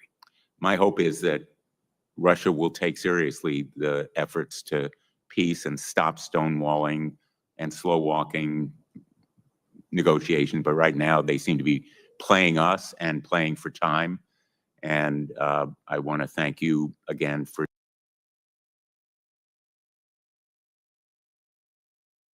So before we continue, right, you heard what he's saying here. Russia is playing us. They speak in code. The point here is Russia is winning than in Africa. Look, folks, this is not about, oh, Russia is doing it. No. The point is, they speak in code. Russia is playing us. It means Russia or China, they are winning the US and Europe in Africa. Meanwhile, Europe and US been in Africa since the 1600s. And they have horrible history. They have terrible history. They are the worst enemies. They are the worst friend, the worst people you ever be friend with in terms of nation building. They came to us, we opened up to them, they colonized us. They came to us, we opened up to them, they enslaved us. They came to us, we opened up to them, they destroy our system. They came to us, we opened up to them, they store our system and make it their identity. They came to us, we opened up to them, they learned about us, and then they lied to us. They said that our system is bad. They came to us, They lied to us, we opened up to them, and they told us the only way we'll progress, we have to be divided so that they can conquer us. But meanwhile, in Europe, they are not divided. Meanwhile, in the US, they are not divided. Oh, you said no, son? There's no son? I'm on mute, though. Or maybe, I don't know. They have blocked my video. I don't know. But I'm not muted.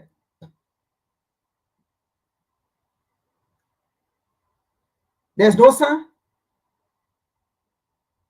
Or can you hear me?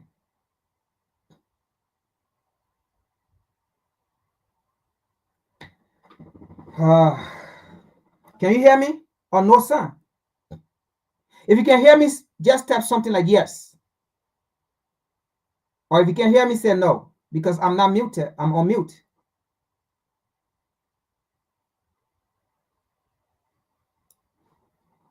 Okay, let me see. Let me call someone.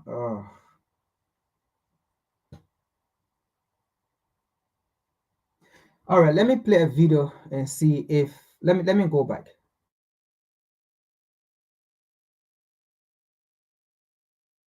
For your incredible service, both of you, to our great country. Thank you. Thank you, sir. Thank you very much, Senator Blumenthal. General Langley, let me ask a few more questions here as we hopefully recess. Africa is a mineral-rich, resource-rich continent. Is that correct? Yes, Chairman. Okay, and you can leave the microphone on. Which are there success stories for the citizens of African countries when these larger, more prosperous nations or companies from more prosperous areas come in and exploit these minerals? What I'm asking is that does it ever redound to the benefit of the citizens there in Africa? Chairman, there's very few cases. When the Chinese Communist Party is outed on. So, do you see the question I was giving to him? It was not about China. He was asked, Mr. Langley, you being a commander, you being a commander of AFRICOM, you have lived in Africa for so long. You serve in Africa as the commander. Now, you know Africa is rich in resources, right? He said yes. The question is, those Western companies, those Western nations, those OSA companies, those bigger companies, there was nothing about China. There was nothing about communists. The question was direct. What have Africa benefited from these gigantic Western companies or OSA companies that go to Africa? Have African nations, have the African masses, have the African population benefit from the resources when these foreign companies go there? That was the question. The question was clear and simple. The question was not direct to any a party or any nation. The question was an open question, not closed question.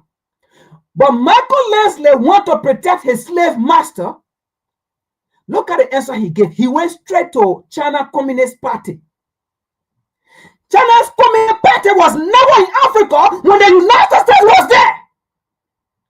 China Communist Party was never in Africa when Europe was there.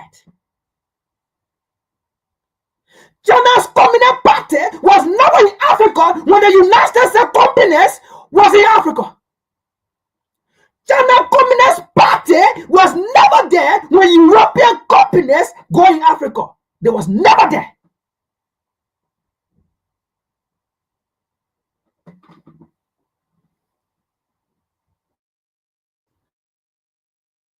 Michael Leslie, stop attacking people. You idiots. A slave.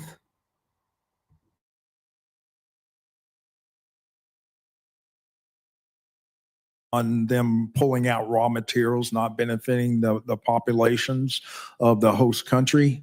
They've been trying to come up with ways how they can stay there and process only at the protests of the people of these African countries.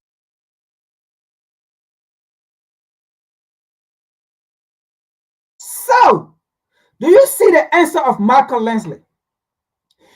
The question was direct, but now Michael Leslie is saying the Chinese or the Russian companies are in Africa now trying to create factory so that they can manufacture the raw material in Africa, and that have happened because these Africans have been protesting that raw material have to be processed in Africa and not in China. So that is his answer. But Mr. Leslie, you slave or idiot, let me answer that question for you. I'm glad you said China is producing a factory in Africa so that they can process the raw material. You just gave China a big score. You gave China 9 or 10, and you gave the US 1. You just grade the US, and we're going to explain that to you in a very simple term. We're going to simplify it for you. You just graded China 10, and you graded the US 9. Alice, let me answer this. Let me answer your question. Let me add to your answer. Alice, I'm glad you said because of the protest, because of the demand of Africans, that's why China is building factory in Africa to process the raw material. But at least China did not go after the demand of Africans. China did not go to overthrow the African leaders. At least after the demands of Africans, China did not go to put sanction on that nation. At least after the demands of Africans, China did not go to create propaganda to remove the Africans. At least after the demands of Africans, China did not use her media to go and lie to the people to go against the African leaders. At least after the demands of Africans, China went and created factory to process the raw material. But unlike the United States, I told you, you just graded China 10 and you graded the US 1. On the other hand, with US in Europe, whenever African demand, the US go and kill the African leaders. Whenever African demands, the US go and sponsor proxy war. Whenever African demands, the USA, that leader does not protect foreign policy. That leader is not a leader. Whenever African demands, the US create coup and they remove the African leaders. Whenever African demands, that's the time the US can go and say democracy so that they can go and manipulate and put their own leader. I told you, you just graded China 10 and you graded the US 1. There is no history in Africa where Africans will demand for their resources to be manufactured in Africa and the US go and create factory. There's no history. You just answer your own question. I'm just explaining good so that you can understand. You say China is doing it because whenever there is a protest or there's a demand from the Africans, and then that's how the Chinese win, they build factory to manufacture the raw material. You just gave China, you just scored China 10 and you scored the US 0 or 1. Because whenever people demand in Africa, the US will remove that leader. The US will sponsor the opposition to remove that leader. The US will put sanction on that leader. The US will carry a coup and kill that leader. The US will go directly or indirectly and kill that leader. But China, Africans have not demanded, and the Chinese go and carry coup, or the Chinese put sanction, or the Chinese go and run propaganda. The Chinese go and find another means that Africa will benefit. But unlike the US and Europe, they want to take everything. They want to claim everything for them. The slave mentality. You just answer your question. You just give China number. You just score China 10 and you get the US 1. We will educate you, your empty-headed, you slave.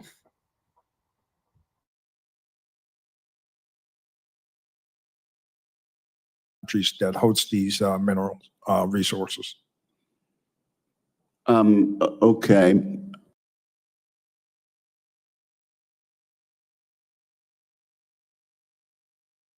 So, look, do you see the face? So he himself, he's like, man, you just blunder. You just blunder. So you can see his face. The congressman who asked the question, look at his face. He's even shocked, like, what? Did you answer that question like that? Look at him. He's shocked. For Leslie to answer the question because Leslie just grade China 10 and grade the US 1. So then, who will Africa favor? 10 or 1? We will favor 10 instead of 1. Do you see? So he's shocked to hear that China is being factory in Africa, and meanwhile, the US have been putting sanctions. Meanwhile, the US have been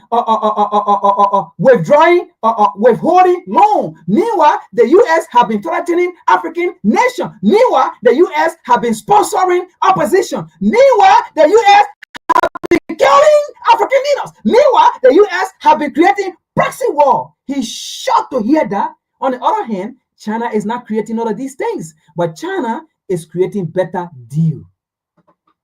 You see, he's shocked. Look at his face. He's shocked. So, United States, Africa does not hate you. Rather, you hate Africa. United States, Africa is not your enemy. Rather, you are the enemies to Africa because you caused it yourself.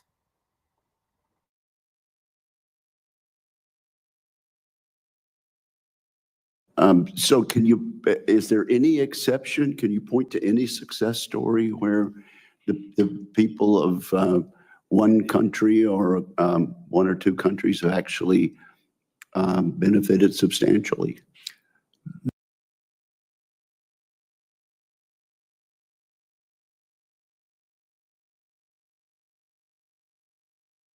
Okay. Again, let me explain to you what this lawmaker actually want Michael Lansley to say. But again, if you have never done anything, right, you are not going to say yes. This is what this congressman wanted Michael Lansley to say.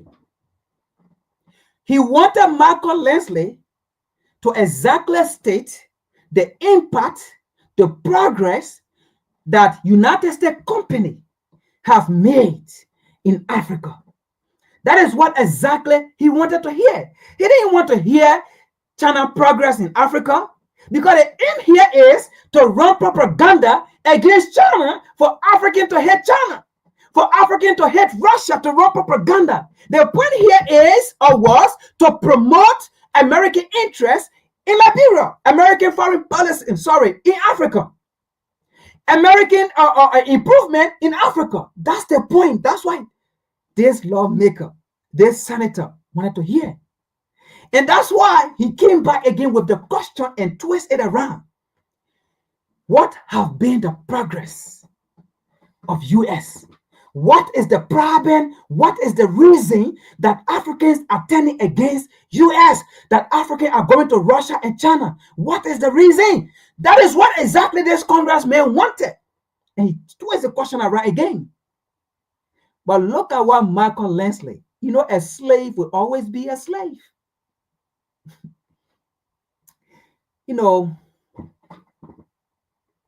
Harriet Tubman said, I free thousands of slaves, but I could have freed thousands more if only they knew they were slaves.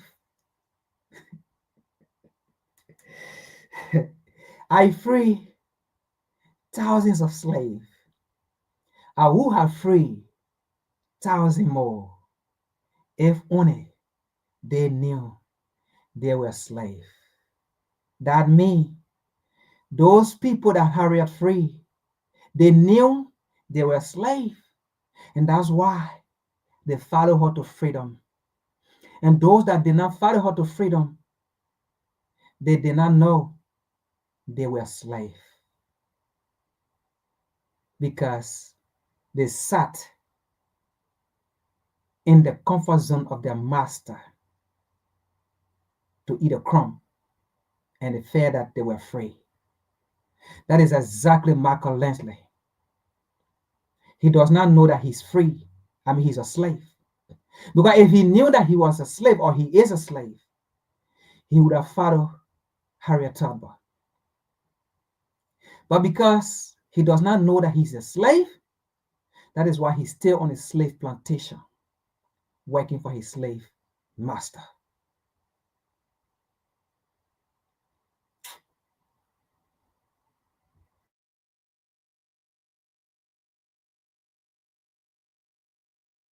Not on China's behalf. Okay. Not on China's behalf. Just what happened in Zambia when they had the spillage into the river that services 5 million people. There's just these mining concessions. It just doesn't turn out real well for the African countries. And do the countries that are receiving entreaties from the Belt and Road Initiative, are they more and more mindful of that now and therefore reluctant? Yes, and that's where. Okay, again, because he did not talk about American companies or European companies in Africa, all right?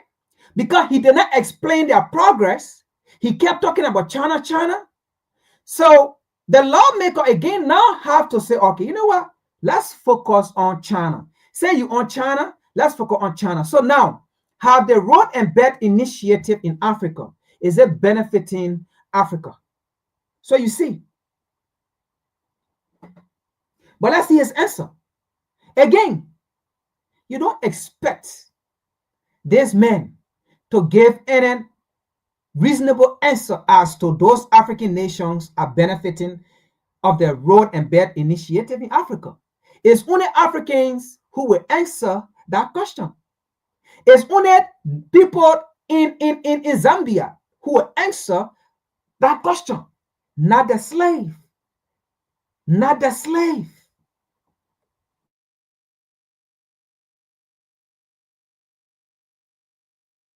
Where we need to be able to do information operations to illuminate some of the irregularities and some of the malign type activities of the Chinese in the African countries. Information and narratives are power then, aren't they? Absolutely. And as I said a few minutes ago, and I always will tout this, that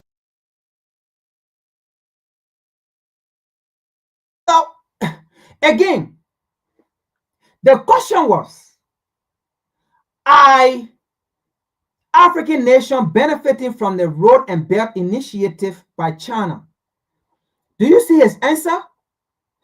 Instead of it saying, it's a simple question. Yes, they are benefiting. No, they are not benefiting. But his answer was, you know what we need to do is to eliminate the narrative of what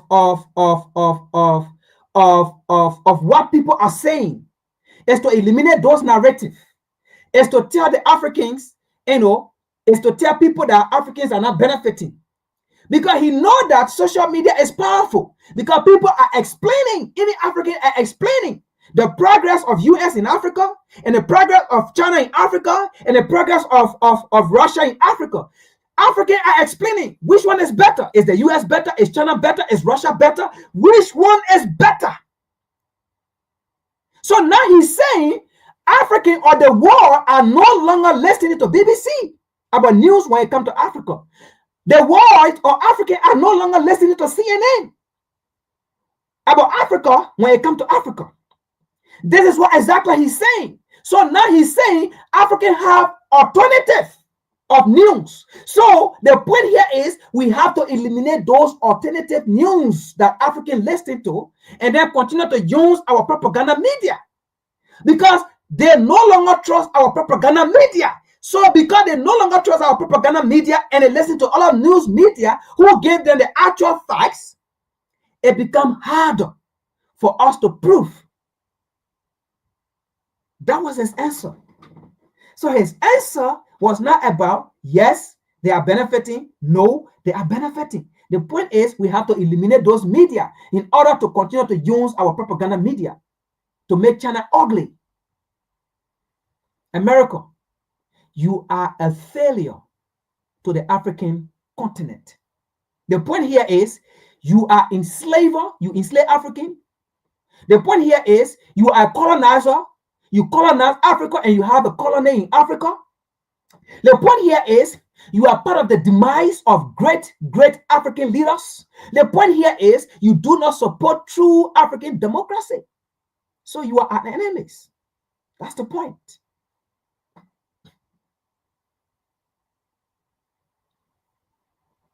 That we own the facts. We own the facts. We know exactly what the Chinese Communist Party is doing, and to some degree what the Russian Federation is doing in their propaganda operations. But we don't own the narrative. Both of them own the narrative. We sure don't.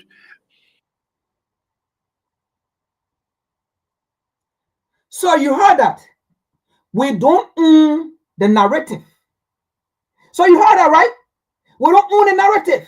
No more. African own the narrative because African are telling the story. African are telling us now the United States is not our friends. Europe is not our friends. African are explaining their own story. African are narrating their own story. African are writing their own story. We are no longer writing the African story. We are no longer giving the narrative of the African story. And he's saying they had the fight. And the fight they have is lie. The fight they have is no longer holding.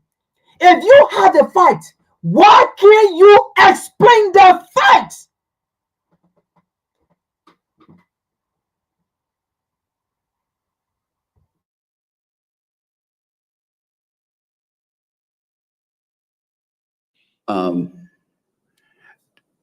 One more thing for you, General Langley. The approach that we have had with USAID and the other things like the President's Initiative on AIDS, how does our U.S. approach compare and contrast to the approach of Russia in Africa and also communist China? Again, the lawmaker went back because the point here is this lawmaker went lengthily to talk about the U.S. greater impact in Africa. If the U.S. have any impact in Africa. The point here is the U.S. does not have any good impact in Africa. And that is why Marco Leslie cannot state anything about the United States impact in Africa. Do you see? The U.S. does not have any good impact in Africa. That is why they cannot defend it. That is why they can't say it. To the extent he even defended China in Africa and did not defend the U.S. or Europe because they have no good impact. Their story in Africa is horrible. It's demonic. It's deadly. It's enemy. It's chaos. That is why they cannot defend it. And guess what? See the answer he's going to give. They even talk about the USAID. The USAID have a horrible history in Africa, which they have been leaked out. So he can't even defend the USAID because this congressman actually want something of impact or progress the US have made in Africa. The point here is this congressman is saying, how can Africa turn against us? When we've been in Africa, we say we've been doing business with Africa. The point here is this man is saying, while we're Burkina Faso, while we're Mali, while we're Niger, we've drawn the United States bases. While we're France, I mean, how do you call it? Or Senegal, this nation, we've drawn the French military. Why would they say they don't want the United States military? That's the point this man trying to get. Why would they do that? If America have done the right thing, why would they say they don't want these military bases there? Or why would they say they don't want American media? Why would they say they don't want American CNN or BBC? Why would they say they don't want it? Because recently, Burkina Faso just said we don't want BBC, we don't want CNN. Why would these things happen? Again, Leslie can protect it because they did nothing. They've been doing horrible things. It is a fact. If I have done good thing, why would I not explain it? Why would I be struggling to explain the good thing I have done?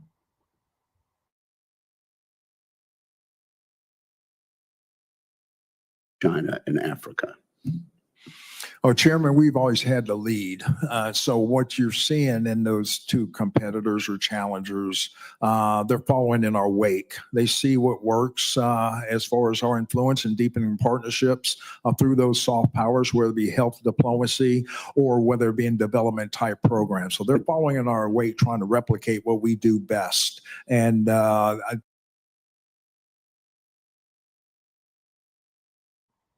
again, this slave just gave another 10 points to China, another 10 points to Russia.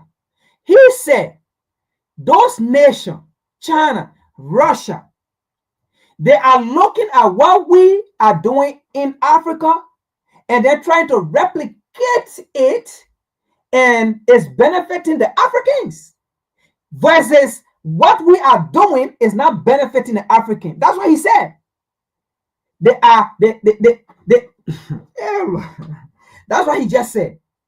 These people are looking at us and they see what we are doing and they are coming and they are replicating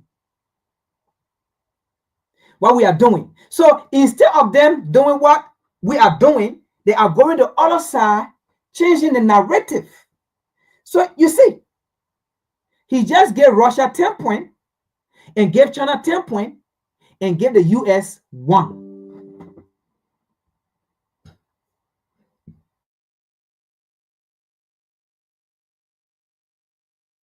think the African countries know this. This is where, as we start to look at going forward, as State Department starts to reset these programs, looking at what worked and what didn't work, and doubling down on what does work. I think we have enough capital built up in these countries for them to ensure their stabilization and also prosperity.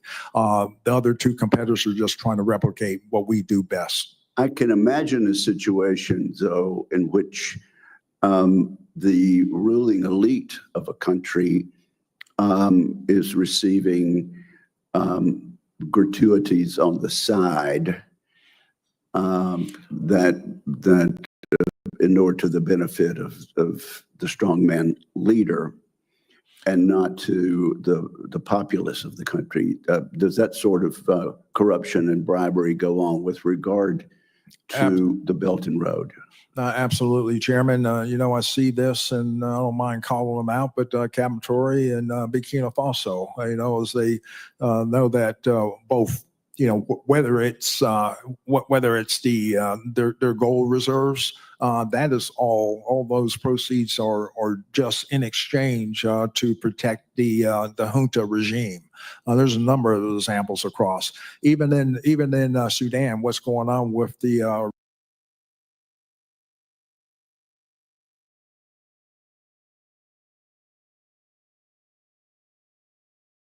All right, that's the pass again I wanted for to reach. So they asked him a question. But you see, let me say this. You see the Western nation, they don't like, look, they don't like a weak leader. If you are weak, they take advantage of you. So they know Abraham Traore is a strong man. And you heard what he said, the strong man. They know, oh Lord. Look, the United States is a nation of bully. They bully you when you are weak. They bully you when you are afraid to stand up to them. They bully you. A nation of bully. You heard what he said? The strong man. But listen to Leslie answer. Abraham Traore, and what he said? Burkina Faso is a gold reserve nation. And then the next thing he said, Abraham Traore is using the gold, right, to back his regime, to back the joint government. Well, let me say this to him. Abraham Traore is not a selfish leader like most of the leaders you support on the African continent. Abraham Traore is not a selfish leader like Al-Assad. Abraham Traore is not a selfish leader like Tinubu. Abraham Traore is not a selfish leader like the former president, your slave, Nana Akufo-Addo. Abraham Traore is not a selfish leader like most of the African leaders who are not for their people. Abraham Traore is a leader for the people of the people, but the people, and loved by the people. Abraham Traore is the leader that is providing beyond other means for his people. Abraham Traore is the leader right now that is using the resources not only for him. Let me answer you. Hatash, let me call your name. Washington, D.C., so that you can listen to this video. The United States Congress, I want you to listen to this video. Right now, Burkina Faso is the only currently African nation that is totally in control of her gold, that is producing and manufacturing her own gold. And currently, Burkina Faso of the AES is the only or one of the nations in Africa that is using her mineral resources as we speak.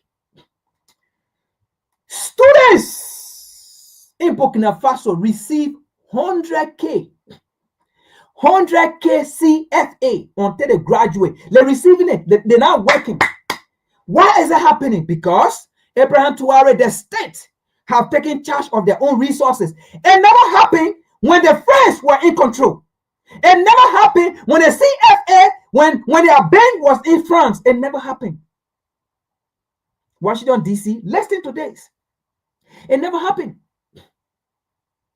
And in fact, starting from next year, every Burkina Faso student from ABC to college, university will be free. Will be free. So it's not benefiting the joint government. Don't lie. You are an idiot and slave on a slave plantation to please his slave master. To have an evil eye against his brother, like Obama, who went and bombed and killed Khaddafi. Abraham Traore is a Messiah. Abraham Traore is the kings of kings in Africa. Abraham Traore is the best president in the entire world, not only in Africa. He is the best president in the world.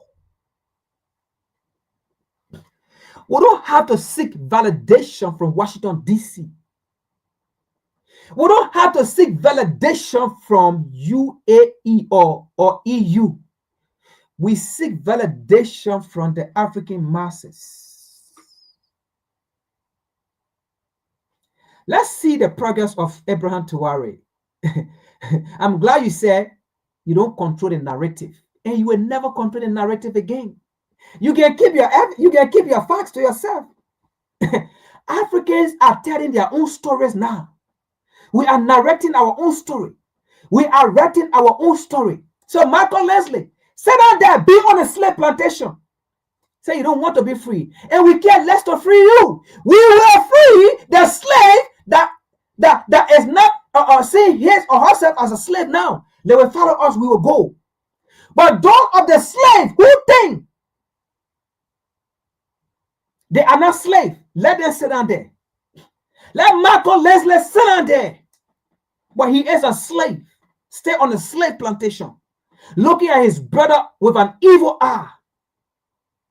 But guess what? He's cursed. His generation is cursed. His unborn, they are cursed with terminal illness. It will start from his household. Because you see Africa with an evil eye. We are not going to church again to pray for our enemies. It's not going to happen. Because we can't have the same gods as the enemies. It can't happen. We can't be praying to the same gods while the enemy praying to continue to keep the slave, and then the slave praying to be free. And then the God we pray to, the slave pray to, is the God of the slave master. Who were the God answer? The slave or the slave master?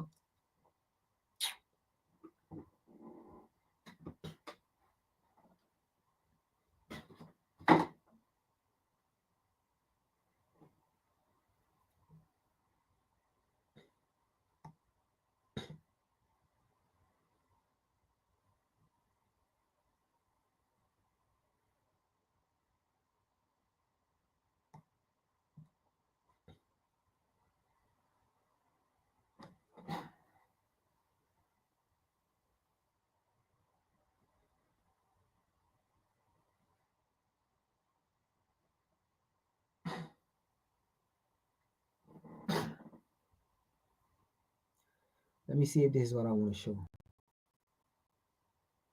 Deadliest attacks yet. And what's even more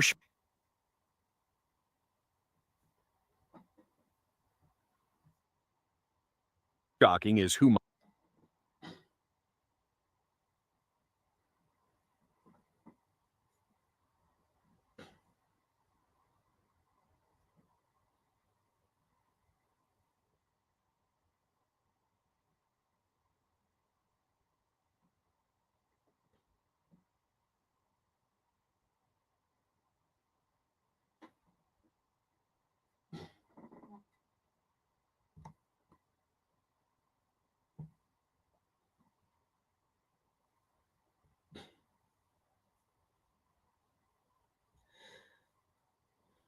This is some achievement of Abraham Traore. So Washington, D.C., Abraham Traore is not just using the mineral resources for the junta regime. You will not make it ugly. Look at the achievement of Abraham Traore, unlike your slave African leaders.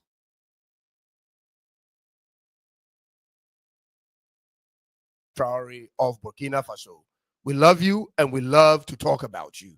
You are an African treasure, no matter what other African presidents and Westerners think. Your type of leadership is exactly what Ghana needs right now. And not just for Ghana, same for South Africa, Kenya, Cameroon, and most especially, ladies and gentlemen, for the Federal Republic of Nigeria.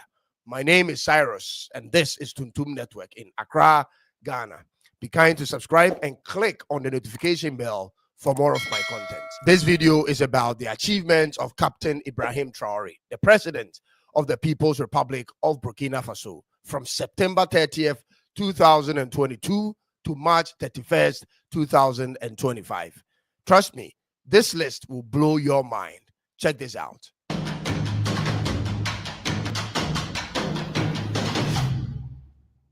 When the captain and his team took over power through a coup in September of 2022, Burkina Faso's national gross domestic product, GDP, was about $18.8 billion.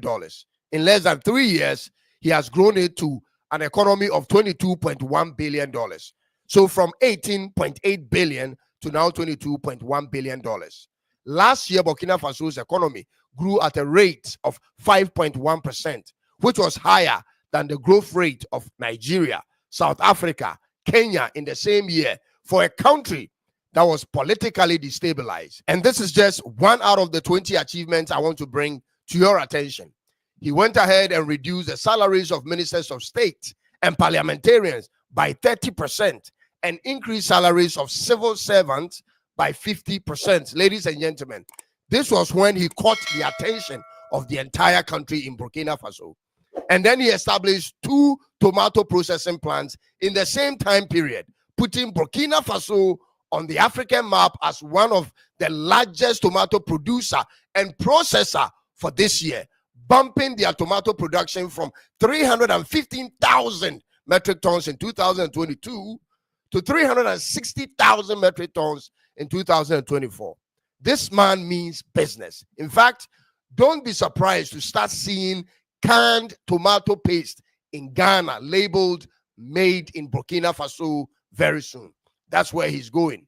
Millet production rose from 907,000 metric tons in 2022 to 1.1 million metric tons in 2024. Rice production also increased from 280,000 metric tons in 2022 to 326,000 metric tons in 2024. He understands that Burkina Faso. Being an artist rocks, but selling your work sucks. But that's where Bluehost comes in to help. You can easily Faso's chances of building stability in their local currency and employment will come from agriculture. And that's exactly what he's doing, ladies and gentlemen. The next thing is he has distributed over 400 tractors, 239 tillers, 710 motor pumps, 740 motorbikes to farmers to boost production and support rural stakeholders. He then built Burkina Faso's second cotton processing plant, making Burkina Faso one of the top 3 largest cotton producers in Africa, and opened the first ever national support center for artisanal cotton processing to assist local cotton farmers. Ladies and gentlemen, all the major moves he's made to make the country function better than before is related to agriculture. This is why he's winning. This is why, even though he came in through the window, he's still loved by the people. Then in 2023, he inaugurated a state-of-the-art gold mine to enhance the country's local processing capacity. He stopped the export of unrefined Burkina Faso gold to Europe and started, ladies and gentlemen, the collection and treatment of all their tailings in the country to get gold. That is how smart the guy is. He avoided taking loans from the IMF and the World Bank and focused on creating value from within. He has since expelled French troops from Burkina Faso, banned French media, banned French military operations, and declined an offer from the Kingdom of Saudi Arabia to construct 200 mosques in the country. Instead, he urged the Kingdom of Saudi Arabia to invest in essential infrastructure projects that will directly benefit the Burkinabe people. This is smartness, such as schools, hospitals, job-creating businesses.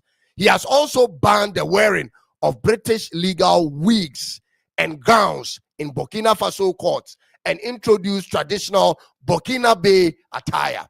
He's investing massively in constructing new roads and widening existing ones and upgrading gravel roads into paved surfaces, and is building a brand new airport, ladies and gentlemen. All of these are happening in the space of 3 years. So now the question has to be, why is it taking forever for other African countries to pursue such projects in agriculture? Is the challenge caused by the practice of our type of democracy? Is that a problem? Is it a lack of political will? Is that a problem? Does it have to do with handicaps or hindrances put in place from external factors? Is that a problem? Because it's obvious, Africa isn't moving as fast as other countries or continents. And as it stands now, Captain Ibrahim Traore is making all these so-called learned presidents in other African countries look useless. They hold master's and doctorate degrees with many years of experience in politics and political science and other fancy programs from some fancy universities. But all Captain Ibrahim holds is a degree in geology from the University of Ouagadougou. And I bet you don't even know where that is on the map. But that's the background in addition to his military training. And yet, that's the man making the news for all the right reasons every day in Africa right now. I am sometimes of the opinion that most of these other presidents in Africa are actually jealous of the man. They are jealous of him. They are first of all fearful of his approach in capturing power. They fear that. They fear he could be an example for other heads of militaries in other African countries to emulate. He moves around with his firearms strapped to his side, and that one thing alone scares a lot of these old head presidents in Africa. But I'm of the opinion that they harbor jealousy at him for the very simple reason that he is brave enough to break away, ladies and gentlemen, from the shackles of foreign entities and establishment and pursue something of interest to himself and for his country. This is where I suspect, ladies and gentlemen, the jealousy will come from. They wish they could do same, but they fear the repercussions. They wish they can also achieve the kind of support and goodwill he has from his countrymen and from the rest of Africans, but they won't attempt to do what it will take for that to happen. They enjoy the invitations to global conferences and their memberships in secret fraternities, ladies and gentlemen. They swear their primary allegiances to such brotherhoods and occult organizations for power and will dare not do anything contrary to their dictates. This is why they can know all the problems and solutions in their countries and on this continent, but won't do much when they are in office. Ladies and gentlemen, they don't work for the people. They don't represent the people. They are not put there by the people, ladies and gentlemen, and so they won't do anything for the people. They will come in and do the service of those who financed them, those they swore their first allegiance to, and to those in their political parties. This is why Africa is still a bottom feeder continent. We have no respect in the eyes of the world. Every country in the world thinks of themselves as higher than us. Westerners think they are the best race. Asians say they are far ahead of us, but slightly behind the West. And we are still struggling with how to store food, ladies and gentlemen, in this modern era.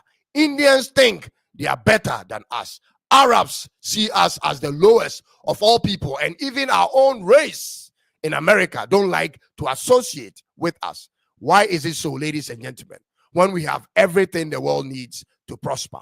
If you are a part of those who say Africa is cursed, let us know in the comment section. If you believe Africa is the way it is because of lack of quality leadership, like I believe, let it be known in the comments section. But if you think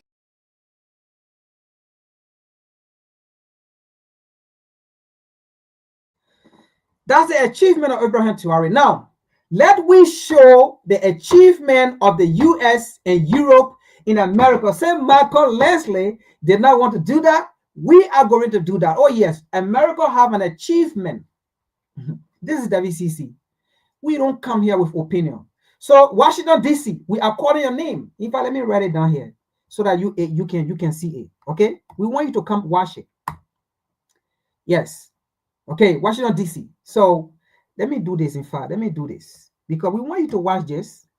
We want you to watch it. We want you to call us for debate and let we sit on the table. All right, so we can talk about Africa and call the right people. All right, hey, don't call some musician or some slave to come and talk about the achievement or the progress of Africa. So we just put hard touch Washington DC. So call us. We will tell you. All right. So let we get the achievement of the US and Europe in Africa. Come with me.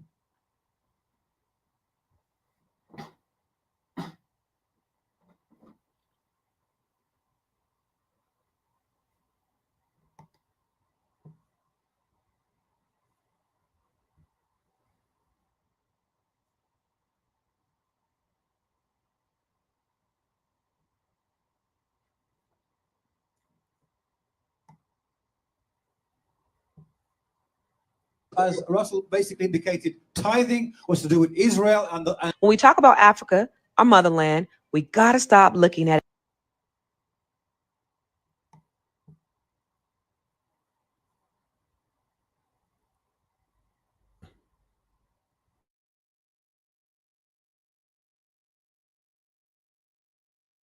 when we talk about Africa, our motherland, We got to stop looking at it like it's just been struggling all on its own.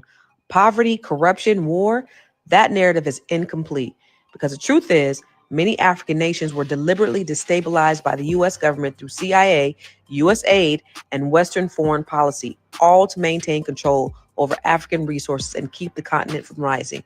And we're going to break it all down today. Now, let's start with the Congo. In 1961, the CIA helped assassinate Patrice Lumumba, the country's first democratically elected. All right, so let me make this disclaimer. We have no copyright to the video because there are music playing, so we have no copyright.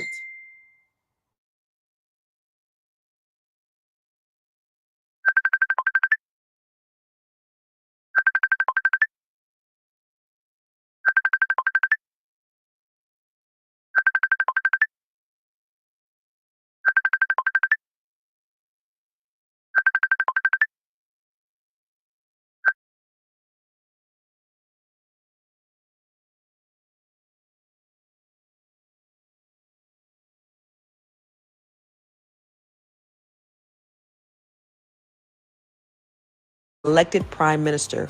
Why? Because Lumumba wanted to nationalize the Congo's resources, their uranium, diamonds, copper, and keep the profits for the people. The U.S. and Belgium said nah and had him killed. Same playbook in Ghana. Kwame Nkrumah, with a Pan-African visionary talking Black unity, economic independence, and African liberation, the CIA orchestrated a coup in 1966 to have him removed. Right after he published Neocolonialism, the last stage of imperialism. The U.S. saw him as a threat. These weren't isolated incidences, they were strategies. Let's fast forward to Libya in 2011. The U.S. led a NATO intervention to overthrow Gaddafi. Why? Gaddafi was about to launch a gold-backed African currency to free Africa from Western financial control. He wanted Africa to trade with its own money and its own wealth. What happened after? Gaddafi was killed, Libya destroyed, and now they are open-air slave markets from the wealthiest country in Africa to a failed state. All because he tried to empower Africa. Then there's Angola. During the Cold War, the U.S. backed the rebel group UNITA against the leftist MPLA government. That turned Angola into a war zone for 25 years. Hundreds of thousands died. Millions were displaced. Why? Oil, diamonds, and the U.S. didn't want a socialist African state. Meanwhile, American oil companies kept drilling off the coast like nothing was happening. In Somalia, the U.S. stepped in under the guise of humanitarian aid in the 90s. But behind the scenes, they were backing warlords, manipulating factions, and turning the country into a proxy war playground. That infamous Black Hawk Down incident, it didn't just happen. It was part of a larger pattern of interference, all while Somalia spiraled into decades of civil war. In Sudan, the U.S. foreign policy played a role in the split that created South Sudan, a move pushed by oil interests and pressure from Western-backed rebel groups. But instead of more peace, what followed was more conflict, more death, and now both nations are in crisis. But corporations still got their oil contracts. And let's not forget Nigeria. It's Africa's largest oil producer, and for decades, the U.S. had its hand in the pot, supporting military regimes when convenient, then turning a blind eye to human rights violations and watching as the Niger Delta was polluted and impoverished. The people suffered, but the oil kept flowing, and that's all that mattered. Now, let's be clear. It wasn't just guns and coups. USAID, which sounded like charity, was used as weapons too. Many African nations received U.S. aid with strings attached. Open up your markets, privatize your resources, cut education and healthcare, let our companies in or no money for you.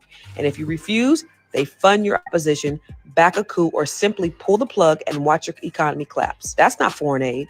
That's economic blackmail. Family, this is deeper than politics. This is about power, wealth, and legacy. Every time an African nation tried to rise, tried to unify, tried to own what was theirs, the U.S. shut it down. Why? Because a strong Africa means a strong Black diaspora. And a strong diaspora, that's a threat to global white supremacy. They want Africa in chaos because chaos keeps us disconnected from our history, our birthright, and our power. But now we know better. So it's time to do better. We got to stay woke, wealthy, outstanding, knowledgeable, and empowered. Now drop a Black fist in the...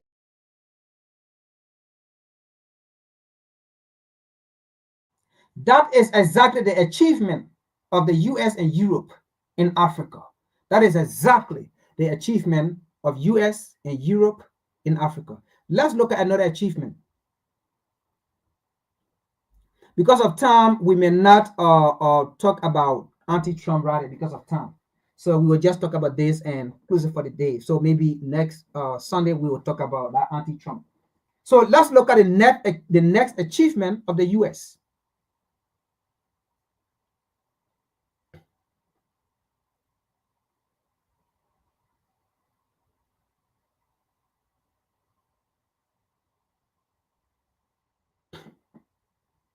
The next achievement of the Western world.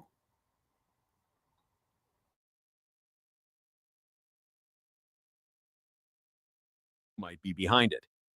So, breaking news, Burkina Faso is on attack. We actually know who is attacking Burkina Faso.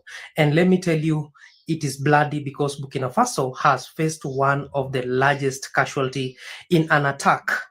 And let me tell you, there are so many protests in France and Italy demanding Burkina Faso. I don't want even you to see the videos that are coming from Burkina Faso. And this jihad, and he has sworn he's going to fight to the end and liberate Burkina Faso from. We're Phoenix Energy, a family-owned oil company focused on unleashing American oil from North Dakota and On April 17th, a jihadist-affiliated group launched a brutal attack on a community in Burkina Faso, leaving dozens, perhaps hundreds, dead. This isn't just another insurgent strike. This, my friends, looks like a message. Reports claim the attackers are advancing toward Ouagadougou, the capital city. And while Burkina Faso's president, Ibrahim Traoré, remains safe for now, his nation is bleeding. Let's rewind. In 2022, 34-year-old Captain Ibrahim Traoré staged a military coup, ousting the previous junta that had also seized power through a coup. Why? Because of rising jihadist violence and corruption. Traoré presented himself as a patriot, a Pan-Africanist determined to liberate Burkina Faso from neo-colonial control, and that made him enemies, powerful ones. Here's where the story gets murky. The group that claimed responsibility has links to extremist networks, but there's growing speculation that foreign interests, yes, Western governments, may be fueling or funding these fighters indirectly. Why would they want him gone? Simple. Traoré's anti-Western stance threatens billions in foreign interests, gold mines, military bases, and influence in West Africa. This isn't just about Burkina Faso. Look at Mali, Niger, and Guinea. Young military-led governments are breaking ties with the West, kicking out French troops, and cozying up to Russia and China. This is shaping up to be a proxy war, not between Burkina Faso and jihadists, but between new African nationalism and Western neo-colonial powers. President Traoré has vowed to fight back, but without stable international support and surrounded by enemies, internal and external, the road ahead looks dangerous. Still, he has strong support from parts of the population who see him as a new Thomas Sankara, a leader unafraid to speak truth to empire. This is more than just a regional conflict. What's happening in Burkina Faso is a front line in a much bigger war for Africa's future. And if you think it won't affect the rest of the world, you're not paying attention. The group that attacked the village in Burkina Faso remains unnamed in official reports, but insiders and regional analysts suggest they are an affiliate of either Jama'at Nasr al-Islam wal-Muslimin, JNIM, or ISIS in the Greater Sahara, ISGS, both active in the Sahel region. But here's where things get suspicious. These groups have been surprisingly well equipped, sometimes better armed than the national militaries they fight. So, where are they getting their weapons? Where are they getting their intel? Follow the money, follow the weapons, and all signs point to foreign state involvement, or at the very least, strategic negligence. France, Burkina Faso's former colonizer, has a long and controversial history in West Africa. Officially, France was there to combat terrorism. But many Burkinabe and citizens across the region saw it differently. France's military presence, coupled with control over the CFA franc currency and mining contracts, led many to accuse Paris of economic exploitation masked as security cooperation. When Traoré came to power, one of his first moves was to expel French troops. That didn't sit well with the French government or with powerful interests who've made fortunes in West African gold and uranium. And here's the kicker. Shortly after France left, Burkina Faso saw a surge in jihadist activity. Coincidence or retaliation? The U.S. and its NATO allies have long maintained a discreet presence in West Africa. Officially, they're tracking jihadist movements and securing humanitarian corridors, but leaked intelligence suggests a different game is being played. There are reports of unmanned drone flights, data intercepts, and even supply chain anomalies linking Western contractors to insurgent activity indirectly. In geopolitics, it's not uncommon to support your enemy's enemies, even if that means arming chaos in the short term to control outcomes in the long term. As Western powers pull out or get kicked out, Russia moves in. Through the infamous Wagner Group, Russia has become the new partner of choice for military regimes in Mali, Central African Republic, and now Burkina Faso. This scares the West, not just because Russia is gaining influence, but because it's doing so in countries rich in rare earth minerals, gold, and energy reserves, all critical in the new global economy. And some believe these attacks are designed to destabilize pro-Russian regimes.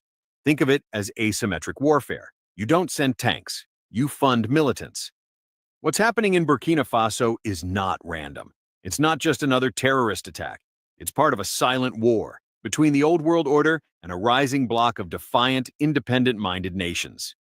Ibrahim Traoré represents more than a military leader. He's a symbol, a 36-year-old officer challenging the global status quo, and he's not alone. They're building a new alliance, free from Western command, and for that, the backlash will be fierce.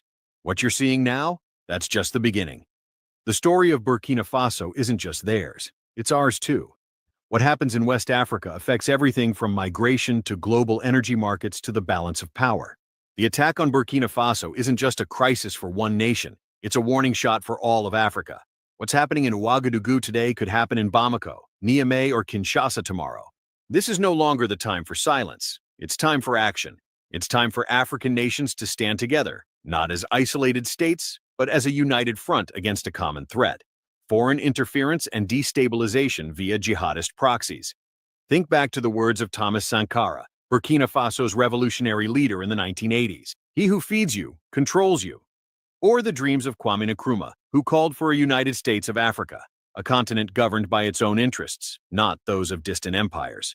Traoré's fight is not just military, it's ideological. He's invoking that same spirit of resistance and independence. And now, it's time for other African leaders to answer that call. African nations could start by forming a Pan-African Security Pact, a joint military force dedicated to defending any member state under terrorist or foreign-backed attack. ECOWAS and the African Union have the frameworks. What's missing is the will, and perhaps the courage, to challenge foreign interests head-on. Imagine a West Africa where Nigeria, Ghana, Senegal, and Guinea all deploy peacekeepers to support Burkina Faso. Imagine an intelligence sharing network that dismantles jihadist cells before they strike. That's not just security, that's sovereignty in action. Unity won't come from the top down alone. It needs to rise from the streets, from young Africans who've had enough of puppet leaders, foreign control, and endless war. Online movements, student unions, tech hubs, farmers, activists, musicians, the African youth are already united in spirit. It's time to turn that spirit into structure. If you're watching this from Nairobi, Johannesburg, Dakar, or beyond, you are part of this moment. What happens in Burkina Faso is part of your future too. Africa stands at a crossroads. One path leads back to the same old story: divide and conquer, foreign control, instability. The other path? It's risky, it's dangerous, but it leads to something new: continental dignity and real independence. The question is, will African nations rise to the occasion, or will history repeat itself? To the world watching, understand this: Africa is not your chessboard. These are sovereign nations, not pawns. And to those funding the chaos, your game is being exposed. To the people of Burkina Faso, the world hears you. And to the rest of Africa, it's time to unite or be picked off one by one. The choice is now. Subscribe for more deep dives into the future of Africa.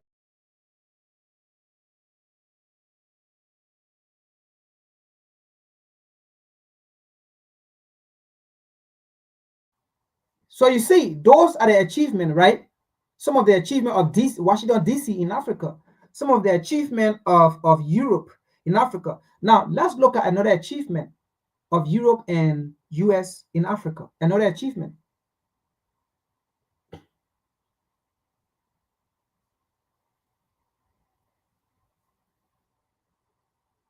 Own wealth. It's their wealth, but they don't own it. Western companies own the mines in Africa.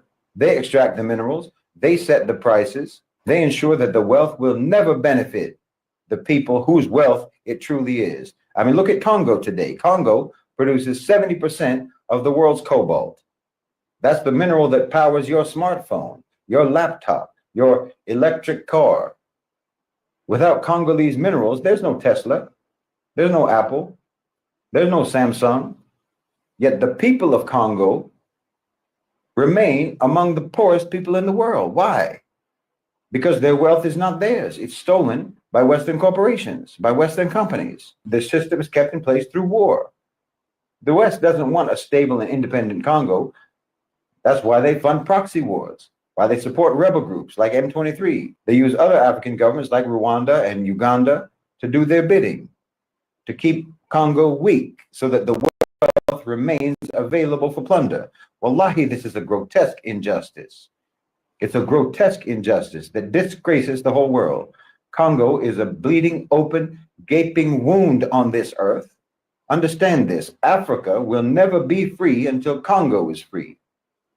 No matter how well any individual African country does, the continent as a whole will remain wounded, mortally wounded. Africa doesn't own their own wealth. It's their wealth.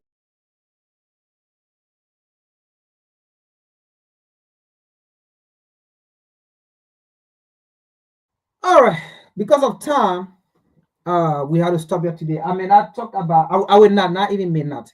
I will not talk about anti-Trump, but I promise you, next week, we will talk about it. That will be the first topic that we will cover. But this was very important, even though we did not cover, everything that I have to talk about Burkina Faso. But at least, you got the story, you got the point. So again, we will not allow the United States to control the narrative. Like they said, I mean, I'm glad they said they no longer control the narrative. This is freedom time. Yeah, I mean, I love that statement from Lentley. We no longer control the narrative. Yes, because we are telling BBC, get the hell out of here. We are telling CNN, get the hell out of here. We are telling ABC, get the hell out of here. And we are telling France 24, get the hell out of here. And we are telling your NGO organizations, get the hell out of Africa. That's why you don't control the narrative. Because for each time you control the narrative, it becomes chaos. Because for each time you control the narrative, you mislead our people. Because for each time you control the narrative, you made our people go against their own leader. Because you have media, you have powerful media who are able to make the good to look bad and to make the good to look ugly. And that we have come to realize it.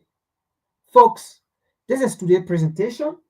We stop here because of time. I have other things to do. So we cannot cover everything that I have. It's too much that we can't cover everything because time, and I know you too, you got to go. You have other place to go. We'll see you Saturday and Sunday. Please like, share, subscribe as you can. Let it go to our people. This is Africa time. This is our time. We have to take it because we can see they are struggling. Even though they are going to use some of our own people who are slaves but think that they are not slaves, like Michael Lansley. He think that he's free because he wear the uniform, because he has so many awards to his chest, but not knowing they're using him to go against a continent that's supposed to be his continent. They're using him to have an evil eye against his own brother. But the reality is he is a slave. I can tell you in the near future, Michael Lansley generation, all right, the police in this country going to step on the neck of his generation. And if not, maybe some of his generation might be killed through police brutality. And they will go and meet him. And they will tell him the country you fought for, the country you call your country, you once call your country, it is the same country that stopped on my neck. And today I'm dead. But Mr. Leslie, no matter what you do, if you take that uniform off, and you walk on the street, they're going to call you a nigger. If you take that uniform off and you walk on the street, they're going to call you African American. If you take that uniform off and you walk on the street to decide to advocate for your benefits, your GI benefit, God, they're going to tell you to go back to Africa where you came from. That's the time you're going to see the reality. That's the time you're going to know. Anyway, peace. Uhuru. The white power structure, because that's all we have in America. And the white power structure today is just as much interested in perpetuating slavery as the white power structure was 100 years ago. Only now they use modern methods of doing so. And realizing that the black people in this country are waking up and becoming filled with a desire to be looked upon as men and as human beings. The white power